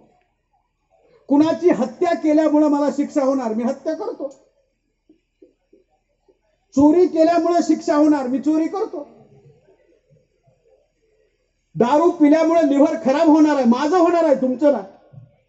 मी दारू पिलो, तुमचं लिव्हर खराब होणार का? व्यक्तिगत दुःख आहे. मी व्यभिचार केला तर तुम्हाला एड्स होणार नाही, मला होणार, व्यक्तिगत दुःख आहे. ही व्यक्तिगत दुःख आहे. खोटं मी बोललो, त्रास तुम्हाला नाही, मला होणार. चोरी मी केली, त्रास मला होणार, तुम्हाला नाही. दारू मी पिलो, त्रास मला होणार, तुम्हाला नाही. हत्या मी केली, त्रास मला होणार, तुम्हाला नाही. व्यभिचार मी केला, त्रास मला होणार, तुम्हाला नाही. व्यक्तिगत दुःख. आणि याच्यावर उपाय सांगितलाय बुद्धाने. हा उपाय आहे हो, हे पाठांतर नाही, पठण नाही, हा उपाय आहे. काय? पाणादी पाता वेरमणी सिक्का पदं समाधी. मी हिंसा करणार नाही, आणि जर केली तर शिक्षा व्हावी. नाही करणार. दुसरं, अदिन्नदाना वेरमणी सिक्कापदं समादियामी, मी चोरी करणार नाही. चौथं, तिसरं, सुरा मेरय मज्ज पमाद ठाणा वेरमणी शिक्कापदं समादियामी, दारू पिणार नाही. मूसा वादा वेरमणी सिक्कापदं समादियामी, खोट बोलणार नाही. कामेशु मिच्छाचारा वेरमणी सिक्कापदं समादियामी, व्यभिचार करणार नाही. हा उपाय आहे, हे मंत्र नाही. मग भंतेजी म्हणाले, कुणीतरी म्हणते नवीन मंत्र आहे. हा मंत्र नाही, हे तुम्ही बोर्ड लावा आणि ह्याचं मराठीत करा विनंती, तुम्हाला हात जोडून ह्याचं मराठी करा. हो, मराठीत सांगा. बामनं संस्कृत मध्ये बोलतात, आम्हाला कळत नाही. आम्ही पालीत बोलतो, आम्हाला कळत नाही. एकूण कळत नाही. हे जर बोर्ड लावले खाली सिद्धार्थ गौतम बुद्ध, पहिला कोणता? पहिलं वाक्य, मी हिंसा करणार नाही. जगातला कुणीही पुरुष कोण नाकारेल सांगा? कोण नाकारेल? मी चोरी करणार नाही, मी खोटं बोलणार नाही, मी व्यभिचार करणार नाही, मी दारू पिणार नाही. आणि खाली लिहा, तथागत सिद्धार्थ गौतम बुद्ध. जगाने जरी पंचशील अवलंबात आणलं तरी जग आज दुःखमुक्त होऊ शकते. आज फक्त आम्ही कमी पडतोय. आमची समस्या आहे, सांगणाऱ्यांची समस्या आहे. आम्ही तिथपर्यंत पोहोचत नाही. आम्ही लिमिटेड करून ठेवलंय त्याला. दुसरी गोष्ट, एक सिद्धांत सांगतो. आता मी हिंसा करणार नाही असं बुद्ध म्हणतात. मी हिंसा करणार नाही असं केव्हा म्हटलं जातं? केव्हा म्हटलं? मी चोरी कर असं केव्हा म्हणतात लोक? चोरी करता कामा नये असं केव्हा म्हणतात? हिंसा करता कामा नये असं केव्हा म्हणतात? दारू पिता कामा नये असं केव्हा म्हणतात? व्यभिचार करता कामा नये असं केव्हा म्हणतात? केव्हा म्हणतात? दारू पिऊ नये असं केव्हा म्हणतात? ज्यावेळी लोक दारू पितात. मग प्रश्न आहे, त्यावेळी हिंसा कोण करत होतं? संदर्भात बुद्धाचा विचार केला पाहिजे, बिगर संदर्भात नाही. कोण हिंसा करत होतं त्यावेळी? विराट राजाच्या 60,000 गायी कुणी चोरल्या आणि कुणी कापून खाल्ल्या, याच्या विरोधात आहे. होय, आताचे कोंबड्यान बाकऱ्याच्या विरोधात नाही. ब्राह्मण हिंसा करत होते. ब्राह्मण खोटं बोलत होते म्हणून आलंय मूसावादा, खोटं बोलू नये. काय खोटं बोलत होते? आम्हाला सांगायचे, तुमचा बाप मेला, वर स्वर्गात आहे आणि त्याचा आत्मा भटकतो. मग तो भटकला नाही पाहिजे म्हणून आम्हाला दान दक्षिणा द्या, मग आम्ही व्यवस्था करू. आणि बाप मेल्यावर आम्ही त्याची व्यवस्था केली की सांगतात, कावळा तुझा बाप. कावळा, ज्या कावळ्याला आम्ही कधी शिवत नाही, स्पर्श करत नाही. मग त्यांनी सांगितलं म्हणून ऐकायचं. बरं, बाप कावळा. एक कावळा आला तर ठीक आहे, एक आला तर समजू शकतो बाप. ओके, बाप कावळे. 10-12 आल्यावर म्हणजे विनाकारण आईची आबरू तरी आम्ही किती घालवणार? बरं, हे खोटं बोलतं हे मला सांगायचंय तुम्हाला. कावळा महत्वाचा मुद्दा नाही माझ्यासाठी, तो आम्हाला खोटं सांगतो. एकदा आमचे राष्ट्रीय अध्यक्ष वामन मेश्राम साहेबांचे वडील एक्सपायर झाले आणि त्या गावाला सांगितलं जेवण दिलं पाहिजे. ते म्हणली, बाप माझा आहे, नाही देणार. नाही म्हणली, भटकल. म्हणली, भटकू दे. अरे म्हणलं, तुला त्रास दिला? अरे जिवंतपणी मला त्रास दिला नाही, मेल्यावर काय दिलं? म्हणलं, अरे जिवंतपणी मला खांद्यावर घेऊन नदीच्या पलीकडे शाळेत घेऊन जायचा, मेल्यावर कसं दिलं त्रास? अरे मी त्याचा पोरगा आहे ना, माझा बाप मला का त्रास देईल आणि तुम्ही का चिंता करता? आमची लोक म्हणजे चिंतेत आहेत सगळी. आमचा एक कार्यकर्ता ब्राह्मणाला भेटला. तसे ब्राह्मण आमच्याशी पंगा घेत नाही, कुणाशी घेतील, आमच्याशी घेत नाही. आम्ही फार विचित्र लोक आहोत. मग तो कार्यकर्ता भेटला, आपल्या चेहऱ्यावरच दुःख दिसतं. मग बामन त्याला म्हणला, तुमच्या मागे शनीचा फेरा लागला. आता ते बामसेबचा. मग काय करायला पाहिजे? 2501 रुपये द्या, मी आळा बांधा करतो. म्हणले, नाही राव एवढे. नाही म्हणले, 2000 द्या, 2000 करू व्यवस्था. त्याने इकडे तिकडे खिस सापसलं. म्हणलं, नाही 2000 चला. म्हणले, तुमचं राहू द्या, माझं राहू द्या, 1500 एक द्या. शनीची व्यवस्थाच करतो. ते म्हणले नाही 1,500. म्हणले 1,001 तरी आहेत का आता शेवटचं? म्हणजे नाही 1,001. चला म्हणले आता 500 लास्ट. सौदा बरं, सौदा तुमच्या समोर देवाचा. ते म्हणलं इकडं तिकडं हात घातले. म्हणलं नाही पैसा. म्हणलं आता 251 फायनल. शनीची व्यवस्थाच करतो बंदोबस्त. नाही म्हणला तो 251. अरे असं कसं काय नाही म्हणला. शनी काय साधा सुद्धा आहे काय म्हणला. शनीचा फेरा. पण नाही ना पैसा. चला म्हणला 101 100 द्या. 11 आहेत का म्हणला. 11. 2,501 11वर आला शनी. मग आमचा कार्यकर्ता म्हणला बडजी नाहीत 11. आणि जा म्हणला तुझं शनी काय वाकडं करू शकत नाही. जा तुझ्याकडे 11 नाही तुझं काय करणार आहे तो शनी भाऊ. शनीला काय तेवढंच काम आहे का आमच्या मागे फिरायचं. अरे शनीने जर शनीची कक्षा सोडली तर या जगाचं काय होईल. शनीचा ना आमचा काय संबंध आहे. आणि तो बी भारतातल्याच लोकांच्या मागे लागतो. China, America, Japan, Russia, England, ऑस्ट्रेलियाच्या मागे लागत नाही. आणि भारतातल्या बी SC ST OBCच्याच मागे लागतो. त्यात बी OBCच्याच मागे जास्त लागतो. ठरवलंय त्यांनी कुणाच्या मागे. शनीने बी ठरवलंय. मी कोणती गोष्ट सांगतोय. खोटं बोलतात म्हणून बुद्धाने सांगितलं मूसा वादा वेरमणी सिक्का पदम समाज. आजच्या स्थितीत नाही चुगल्या लावतात खोटं बोलतात त्या स्थितीत. त्यावेळी त्यांनी खोटं बोलले म्हणून हा सिद्धांत आणला. हमारा सिद्धांत के साथ हमारा प्रचार प्रसार होना चाहिए.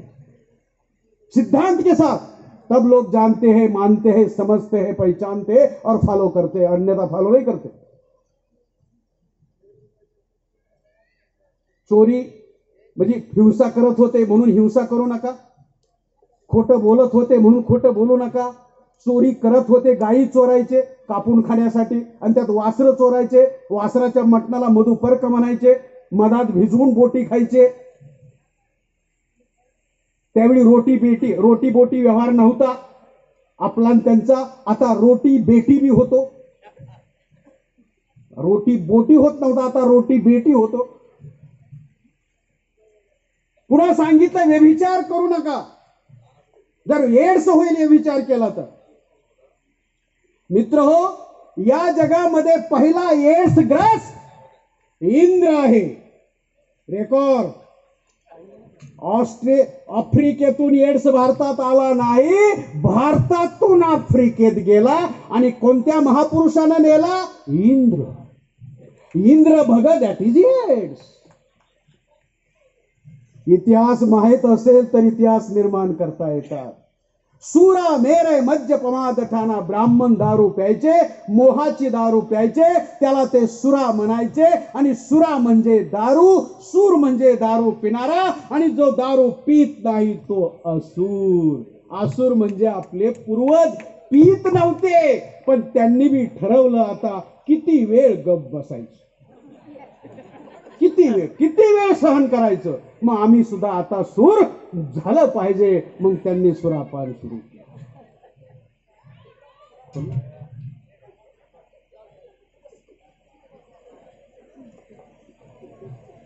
म्हणून आम्हाला हे व्यक्तिगत दुःख याच्यावर पंचशील आहे.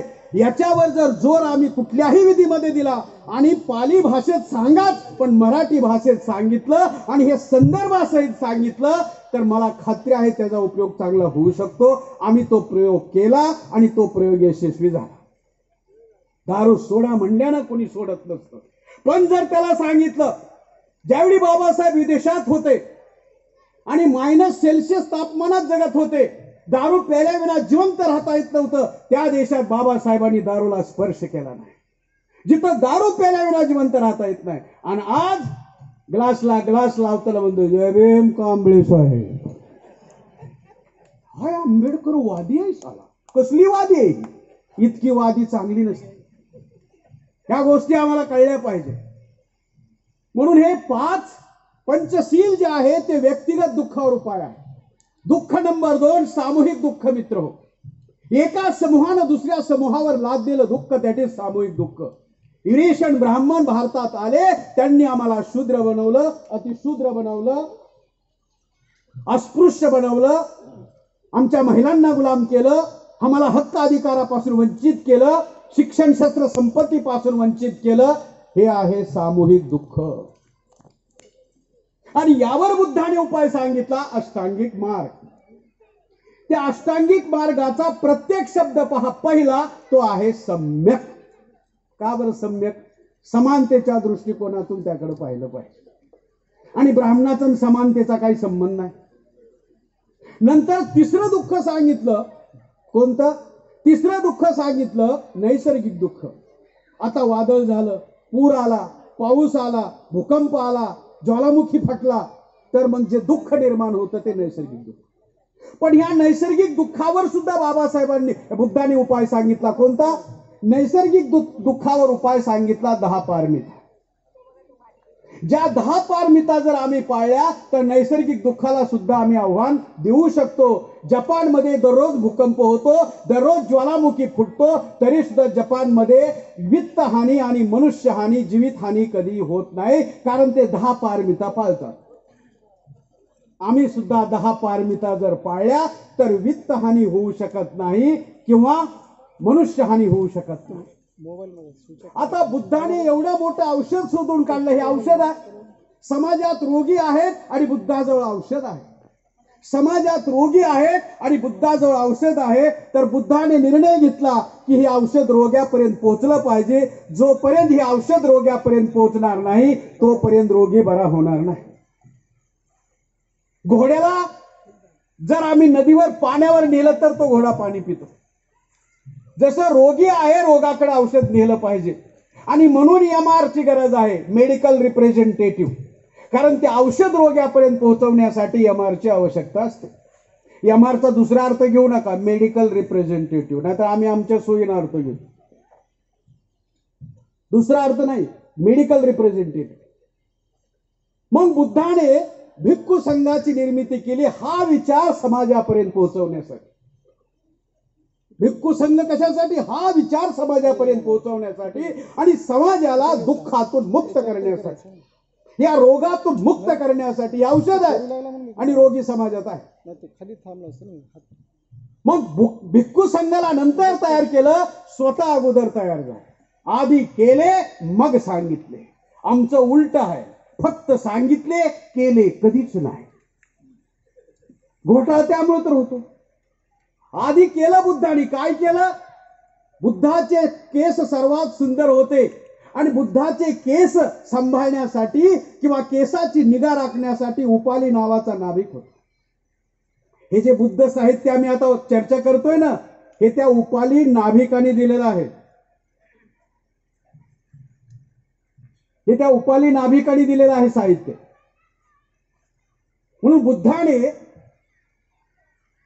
भिक्खू संघाची निर्मिती केली आणि भिक्खू संघाची निर्मिती करण्यापूर्वी स्वतःचे केस काढले, खौर केला. केस हे सौंदर्याचं प्रतीक आहे. पांढरं झालं तरी कलप करतंय, काळं करतंय, पण काढत नाही. बुद्धाने स्वतः काढले. नंतर बुद्धाने स्वतः चिवर धारण केलं. राजवस्त्र पांघरणारे बुद्ध, राजवस्त्र परिधान करणारे बुद्ध चिवर धारण केलं. त्यानंतर हातात भिक्षापात्र घेतलं. बुद्धाने जे दुसऱ्याला दान दक्षिणा करत होते त्यांनी हातात भिक्षापात्र घेतलं. आणि भिक्षापात्र केवढं घेतलं? 1 वेळचं जेवण बसेल एवढंच घेतलं. विनय पिटकात लिहिलंय 1 वेळचं बसलं पाहिजे, 2 वेळचं नाही, 10 दिवसाचं तर बिलकुल नाही. का? कारण बुद्ध म्हणतात 1 वेळचं जेवण खायचंय. तर 1 वेळचं जेवण खाल्लं. आता आम्ही जेवलो, आता भूक लागणार ना संध्याकाळी, मग प्रचार कर. 5 घरं प्रचार कर आणि प्रचार करून जे मिळेल ते खा.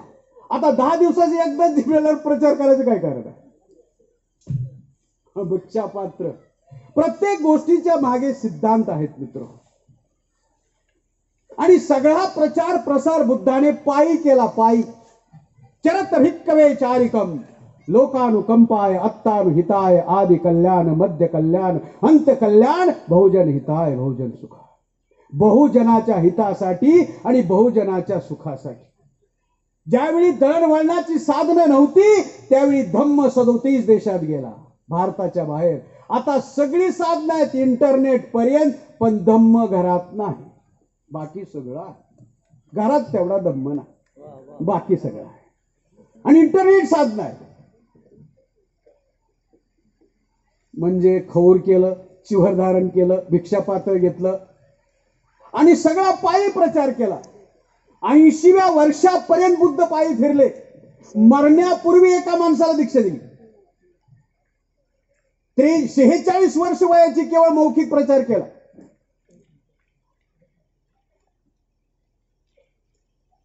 ऐंशीव्या वर्षी जगामध्ये एवढं काम कुणीच केलं नाही जेवढं बुद्धाने केलं.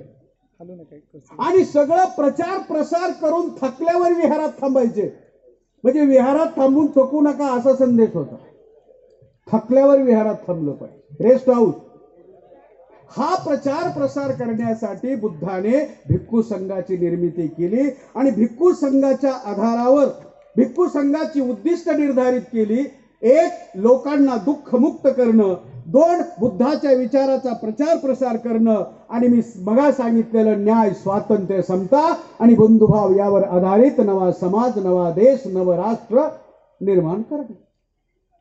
यासाठी भिक्खू संघाचे बुद्धाने स्थापना केली. खरं तर हे बॅकग्राऊंड मध्ये आहे आणि मला वाटतं 1 तास संपला, वेळ संपला आहे. थांबायला पाहिजे हा तेच ना, कारण इथून बी जाण्याचे. ठीक आहे ना, तर 4:15 झालेत. मला वाटतं त्यांचाही, कारण मॅनेजमेंटचाही अधिक अंत न पाहता, कारण हे पार्श्वभूमीत आहे अजून प्रतिक्रांती. पण आता एक गोष्ट जाता जाता सांगावी लागेल. नाही हे 2019-21ला जी जनगणना आहे तो फार महत्त्वाचा मुद्दा आहे. एक 5 मिनिटामध्ये हे थोडं बाजूला ठेवून, हे फार गहन आहे मित्र हो. हे सर्वांनी, केवळ बुद्धिस्ट लोकांनीच नाही तर SC, ST, OBC आणि धर्म परिवर्तन केलेल्या सर्वांनी ऐकलं पाहिजे असं आहे. खरा बुद्ध आमच्यापर्यंत त्यांनी जाणीवपूर्वक पोहोचू दिला नाही. मुद्दा दुसरा विषय आहे की 2021ला आम्हाला जनगणना करायची आहे आणि त्या जनगणनेच्या कॉलममध्ये काय लिहायचं. तर बाबासाहेब आंबेडकरांनी याचीही व्यवस्था करून ठेवलेली आहे. आम्ही इकडं तिकडं बघण्याची काय आवश्यकता नाही. बाबासाहेब आंबेडकर ज्यावेळी 13 ऑक्टोबर 1935ला येवलेला घोषणा केली, त्यानंतर लिंगायत शिष्टमंडळ, शीख शिष्टमंडळ, ख्रिश्चन शिष्टमंडळ, मुस्लिम शिष्टमंडळ अशी सगळी धर्मीय शिष्टमंडळ बाबासाहेबाला भेटायला आली आणि त्यांच्याशी चर्चा करण्याची जबाबदारी बाबासाहेब आंबेडकरांनी यशवंतराव आंबेडकरावर अर्थात भैयासाहेब आंबेडकरावर लावली. त्यावेळी भैयासाहेब आंबेडकरांचं वय 23 वर्षाचं होतं. त्यांचा जन्म 1913. मग पंजाबचे मास्टर तारासिंग ते भैयासाहेब आंबेडकराला म्हणाले, तुम्ही शीख धर्मात या, तुम्ही शीख धर्मात या आणि तुम्ही जर शीख धर्मात आला तर तुमची जी SC ची सुविधा आहे, आरक्षणाची सुविधा आहे, आरक्षणाची फॅसिलिटी आहे ती आम्ही कायम ठेवू. भैयासाहेब आंबेडकरांनी बाबासाहेबाला फोन केला. असं म्हणते म्हणले शीख शिष्टमंडळ मास्टर तारासिंग. बाबासाहेबांनी भैयासाहेबाला सांगितलं, जसा असतील तसा परत ये. अरे मी ह्या नरकातून बाहेर पडू इच्छितो आणि शीख लोक पुन्हा त्या नरकात मला ढकलू इच्छितात. उद्या काय लिहायचंय त्यासाठी सांगतो. उद्या काय लिहायचंय. पुन्हा बाबासाहेब म्हणाले, 15 ऑक्टोबर 1956ला बाबासाहेबांनी नागपूरला भाषण केलं. कारण नागपूरचा 14 ऑक्टोबरचा कार्यक्रम फक्त 9 मिनिटात आटोपला होता, फक्त 9 मिनिटात. आणि बाबासाहेबाला वेळ मिळाला नव्हता सांगायला. मग बाबासाहेब म्हणले आपण उद्या सांगू. मग दुसऱ्या दिवशी 15 ऑक्टोबरला बाबासाहेब बोलले आणि तिथं सांगितलं. त्यांनी काय सांगितलं की ब्राह्मण लोक असा प्रचार करतात की तुम्हाला जर सवलती पाहिजे असतील तर बौद्ध लिहिलं पाहिजे, SC नाही लिहिलं पाहिजे. म्हणजे जात लिहिली पाहिजे, बौद्धला धर्माच्या नावावर सवलती मिळत नाहीत, जातीच्या नावावर सवलती मिळतात, म्हणून तुम्ही जात लिहिली पाहिजे, धर्म नाही लिहिला पाहिजे. असा प्रचार ब्राह्मण तेव्हापासून करतात, ते आजपर्यंत करतात. आजपर्यंत करतात. आरक्षण मिळायचं नाही, सवलत मिळायची नाही. मग घरात बुद्ध आणि क्रॅकॉर्डवर जात, आणि ती बी हिंदू महार, आणि घरात बुद्ध बाबासाहेब कडकडीत उपवास. मग बाबासाहेब म्हणाले, मी तुम्हाला सांगू इच्छितो की तुम्ही चिंता करू नका, भीमराव आंबेडकर जिवंत आहे. तुम्ही चिंता करू नका, तुमचं जे आरक्षण आहे ते माझ्या ह्या कोटाच्या खिशात आहे. तुम्ही चिंता करू नका, तुम्ही बौद्धच लिहा, बाबासाहेब आंबेडकर. एकदा 1982 ला आरक्षणावर आंदोलन सुरू झालं गुजरातमध्ये, गांधी पुतळ्याला तिलक लावून, आणि त्याचं एक वर्कशॉप मुंबईला ठेवलं मान्यवर कांशीरामजीने. त्याच्या सिद्धार्थ लॉ कॉलेजचे प्राचार्य वक्ता होते, प्राचार्य पीटी बोराडे, आणि ते भाषणात म्हणाले की बाबासाहेबांनी त्यावेळी आम्हाला सांगितलं होतं की तुम्ही आरक्षणाची चिंता करू नका, तुमचं आरक्षण माझ्या कोटाच्या खिशात आहे. मग लंच ब्रेक झाला, जसा मगा झाला. मग वामन मेश्राम जे सध्या राष्ट्रीय अध्यक्ष आहेत ते बोराडे सराकडे गेले आणि म्हणाले, ते बाबासाहेबांच्या कोटाच्या खिशात काय होतं? नाही म्हणले, बाबासाहेबांनी ते कुणाला सांगितलं नाही. ते म्हणले, बाकीचं तर सोडावं, तुम्ही म्हणला ना, आता तुम्ही सांगा ना काय होतं कोटाच्या खिशात. आता माहितच नाही. लॉ कॉलेजचे प्राचार्य, लॉ. मेश्राम साहेब पुन्हा म्हणाले, दुसऱ्याचं सोडा, तुम्हाला मी विचारतो काय सांगितलं. पण त्यांना असं म्हणता येईल ना की बाबासाहेबांनी मला सांगितलंच नाही.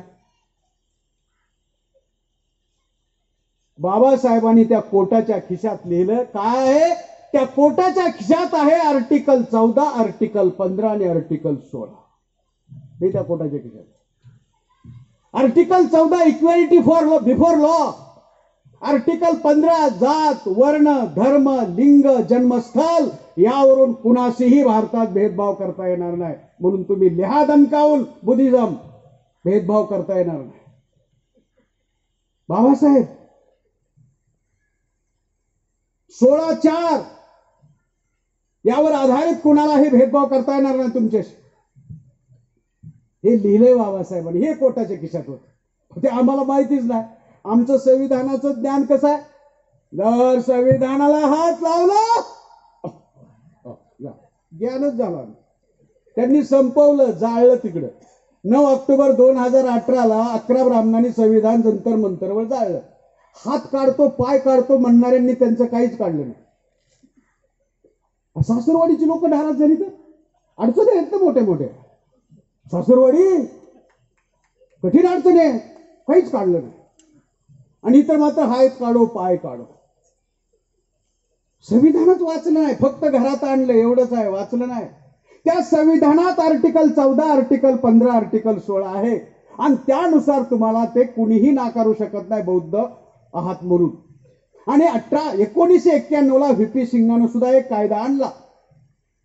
बाबासाहेबाचा पहिलाच आहे, व्हीपी सिंगानं सुद्धा आणायची गरज नव्हती, पण आम्हाला माहित नाही. आणि जर या 14, 15, 16च्या अंतर्गत मौलिक अधिकार आहे आरक्षण चॅप्टर नंबर 3 मध्ये, जर तुम्हाला कुणी अडवलं तर आर्टिकल 32 नुसार तुम्हाला हायकोर्टात आणि सुप्रीम कोर्टात याचिका दाखल करता येते, आणि याचिका दाखल करून तुम्हाला मिळवता येतं. अरे 16(4) कधी झाला? 16(3) नंतर झाला ना. मग 16(5) करू शकता ना हो, कसं काय करू शकत नाही? 368 कलमानुसार 2/3 बहुमताने 16(5) करू शकता, 15(5) करू शकता. पण आम्ही तिथं नाही ना. आणि जे आमचे आहेत 131 ते पुणे कराराने पाठवलेले आहेत. आज जेवढ्या म्हणून आमच्या समस्या आहेत त्या 131 मुळे आहेत. आज बीजेपी मध्ये 76 SC ST MP आहेत. बीजेपी मधल्या 303 खासदारापैकी 76 वजा करा SC ST चे. आज बीजेपीचं सरकार पडतंय, जे बीजेपीचं सरकार आमच्या विरोधात निर्णय घेते म्हणजे आमच्या लोकांमुळे घेते, पुणे करारानं पाठवलेल्या. पुन्हा बाबासाहेब म्हणाले, मी शेड्यूल कास्ट फेडरेशनचा अध्यक्ष होतो, आता मी बुद्धिस्ट झालो, आता मी SC नाही म्हणून मी शेड्यूल कास्ट फेडरेशनचा राजीनामा देतो.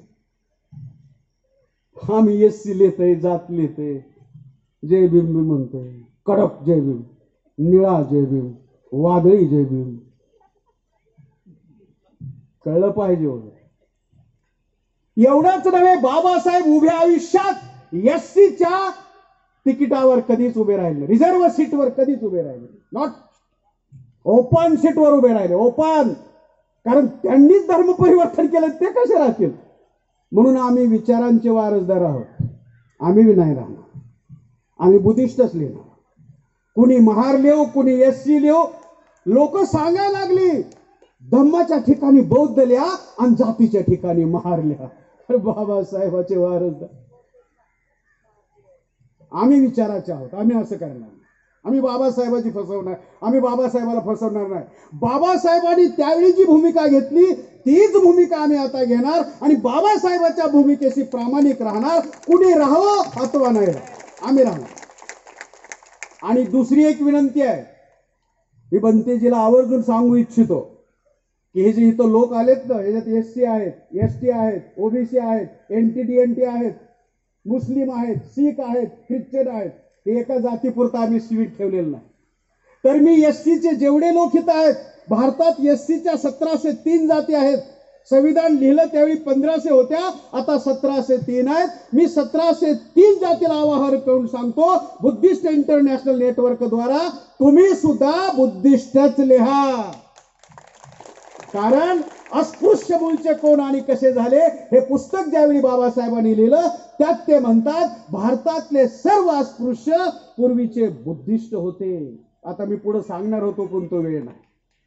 सर्व एससीचे लोक बुद्धिस्ट होते, सर्व आदिवासी बुद्धिस्ट होते, सर्व ओबीसी बुद्धिस्ट होते. आणि ज्यांनी ज्यांनी धर्म परिवर्तन केली, भारतातले मुस्लिम झाले, शीख झाले, ख्रिश्चन झाले, जैन झाले, लिंग सगळे बुद्धिस्ट होते. आणि जे बुद्धिस्ट होते ते नागवंशी होते. भारताचा संघर्ष आर्य वर्सेस नाग आहे, ब्राह्मण वर्सेस नाग आहे, हे लक्षात ठेवलं पाहिजे. आम्ही पुन्हा एक ब्राह्मण बाबासाहेबाकडे गेला आणि बाबासाहेबाला समजावून सांगू लागला. बाबासाहेब तुम्ही धर्मांतराची घोषणा केली. म्हणजे हो केली. आता तुम्ही जर मेलेली ढोरं ओढली नाहीत तर तुमचं नुकसान होईल. बाबासाहेब म्हणले कसं? अहो ती मेलेली ढोरं जर तुम्ही ओढली तर त्याची कातडी तुम्हाला मिळेल, चांबडी तुम्हाला मिळेल आणि त्या चांबडीचं कातडीचे 4 पैसे मिळतील. ते आर्थिक नुकसान तुम्ही समाजाचं करताय. त्याला संगमनेरच्या कार्यक्रम झाल्यावर काही मंडळी ब्राह्मण भेटायला आले. मग बाबासाहेब त्याला म्हणाले तुला हित उत्तर देऊ का सभेत देऊ? म्हणजे कुठं देऊ? आता हितं आलो तर हितच द्या म्हणले. मग दिलं. ते म्हणले असं करा, तुम्ही ती मेलेली ढोरं ओढा आणि त्याची चांबडी तुम्हालाच ठेवा, वर मी 500 रुपये बिदागी देतो. बिदागी तमाशात असते. बाई चांगली नाचली, माणूस खुश झाला तर बिदागी देतो. पुन्हा बाबासाहेबांनी एक उदाहरण सांगितलं 15 ऑक्टोबर 56ला की जो ग्रँट रोडचा एरिया आहे मुंबईचा, तिथं देह विक्री करणाऱ्या महिला आहेत, आपल्या समाजातल्या आहेत, SC OBC. तर त्यातली जी देह विक्री करणारी महिला आहे रेड अलर्ट मधली, ती बाबासाहेब त्यांच्या आवाजात आवाज काढून सांगतात. त्यांचा आवाज, अरे सुलेमान 1 पाव आणि खिमा आण, खिमा लाव, 1 पाव और खिमा लाव. मग बाबासाहेब म्हणतात जसं त्याला इज्जत प्यारी नाही त्या सुलेमानला, मला इज्जत प्यारी आहे. मला इज्जत प्यारी आहे. मी पुन्हा महार होणार नाही, मी पुन्हा SC होणार नाही. त्या घाणीतनं मी काढू इच्छितो, कारण मी मरणार नाही असं म्हणले, पुन्हा मी त्यात जाणार नाही. आम्ही सुद्धा तसं करणार नाही. याचा अर्थ आम्ही बुद्धिस्ट लिहिणार, आम्ही बाबासाहेबासोबत राहणार, कारण आम्ही बाबासाहेबाच्या विचाराचे वारसदार आहोत. भिक्खू संघ मुंबई आणि बुद्धिस्ट इंटरनॅशनल नेटवर्क यांच्या संयुक्त विद्यमाने आयोजित कार्यक्रमामध्ये मला वक्ता म्हणून आपण सर्वांनी बोलवलं आणि शांतपणे तुम्ही मला ऐकून घेतलं, त्याबद्दल आपलं मनपूर्वक आभार. धन्यवाद. जय भीम, जय मूल निवासी, जय भारत, जय भिक्खू संघ.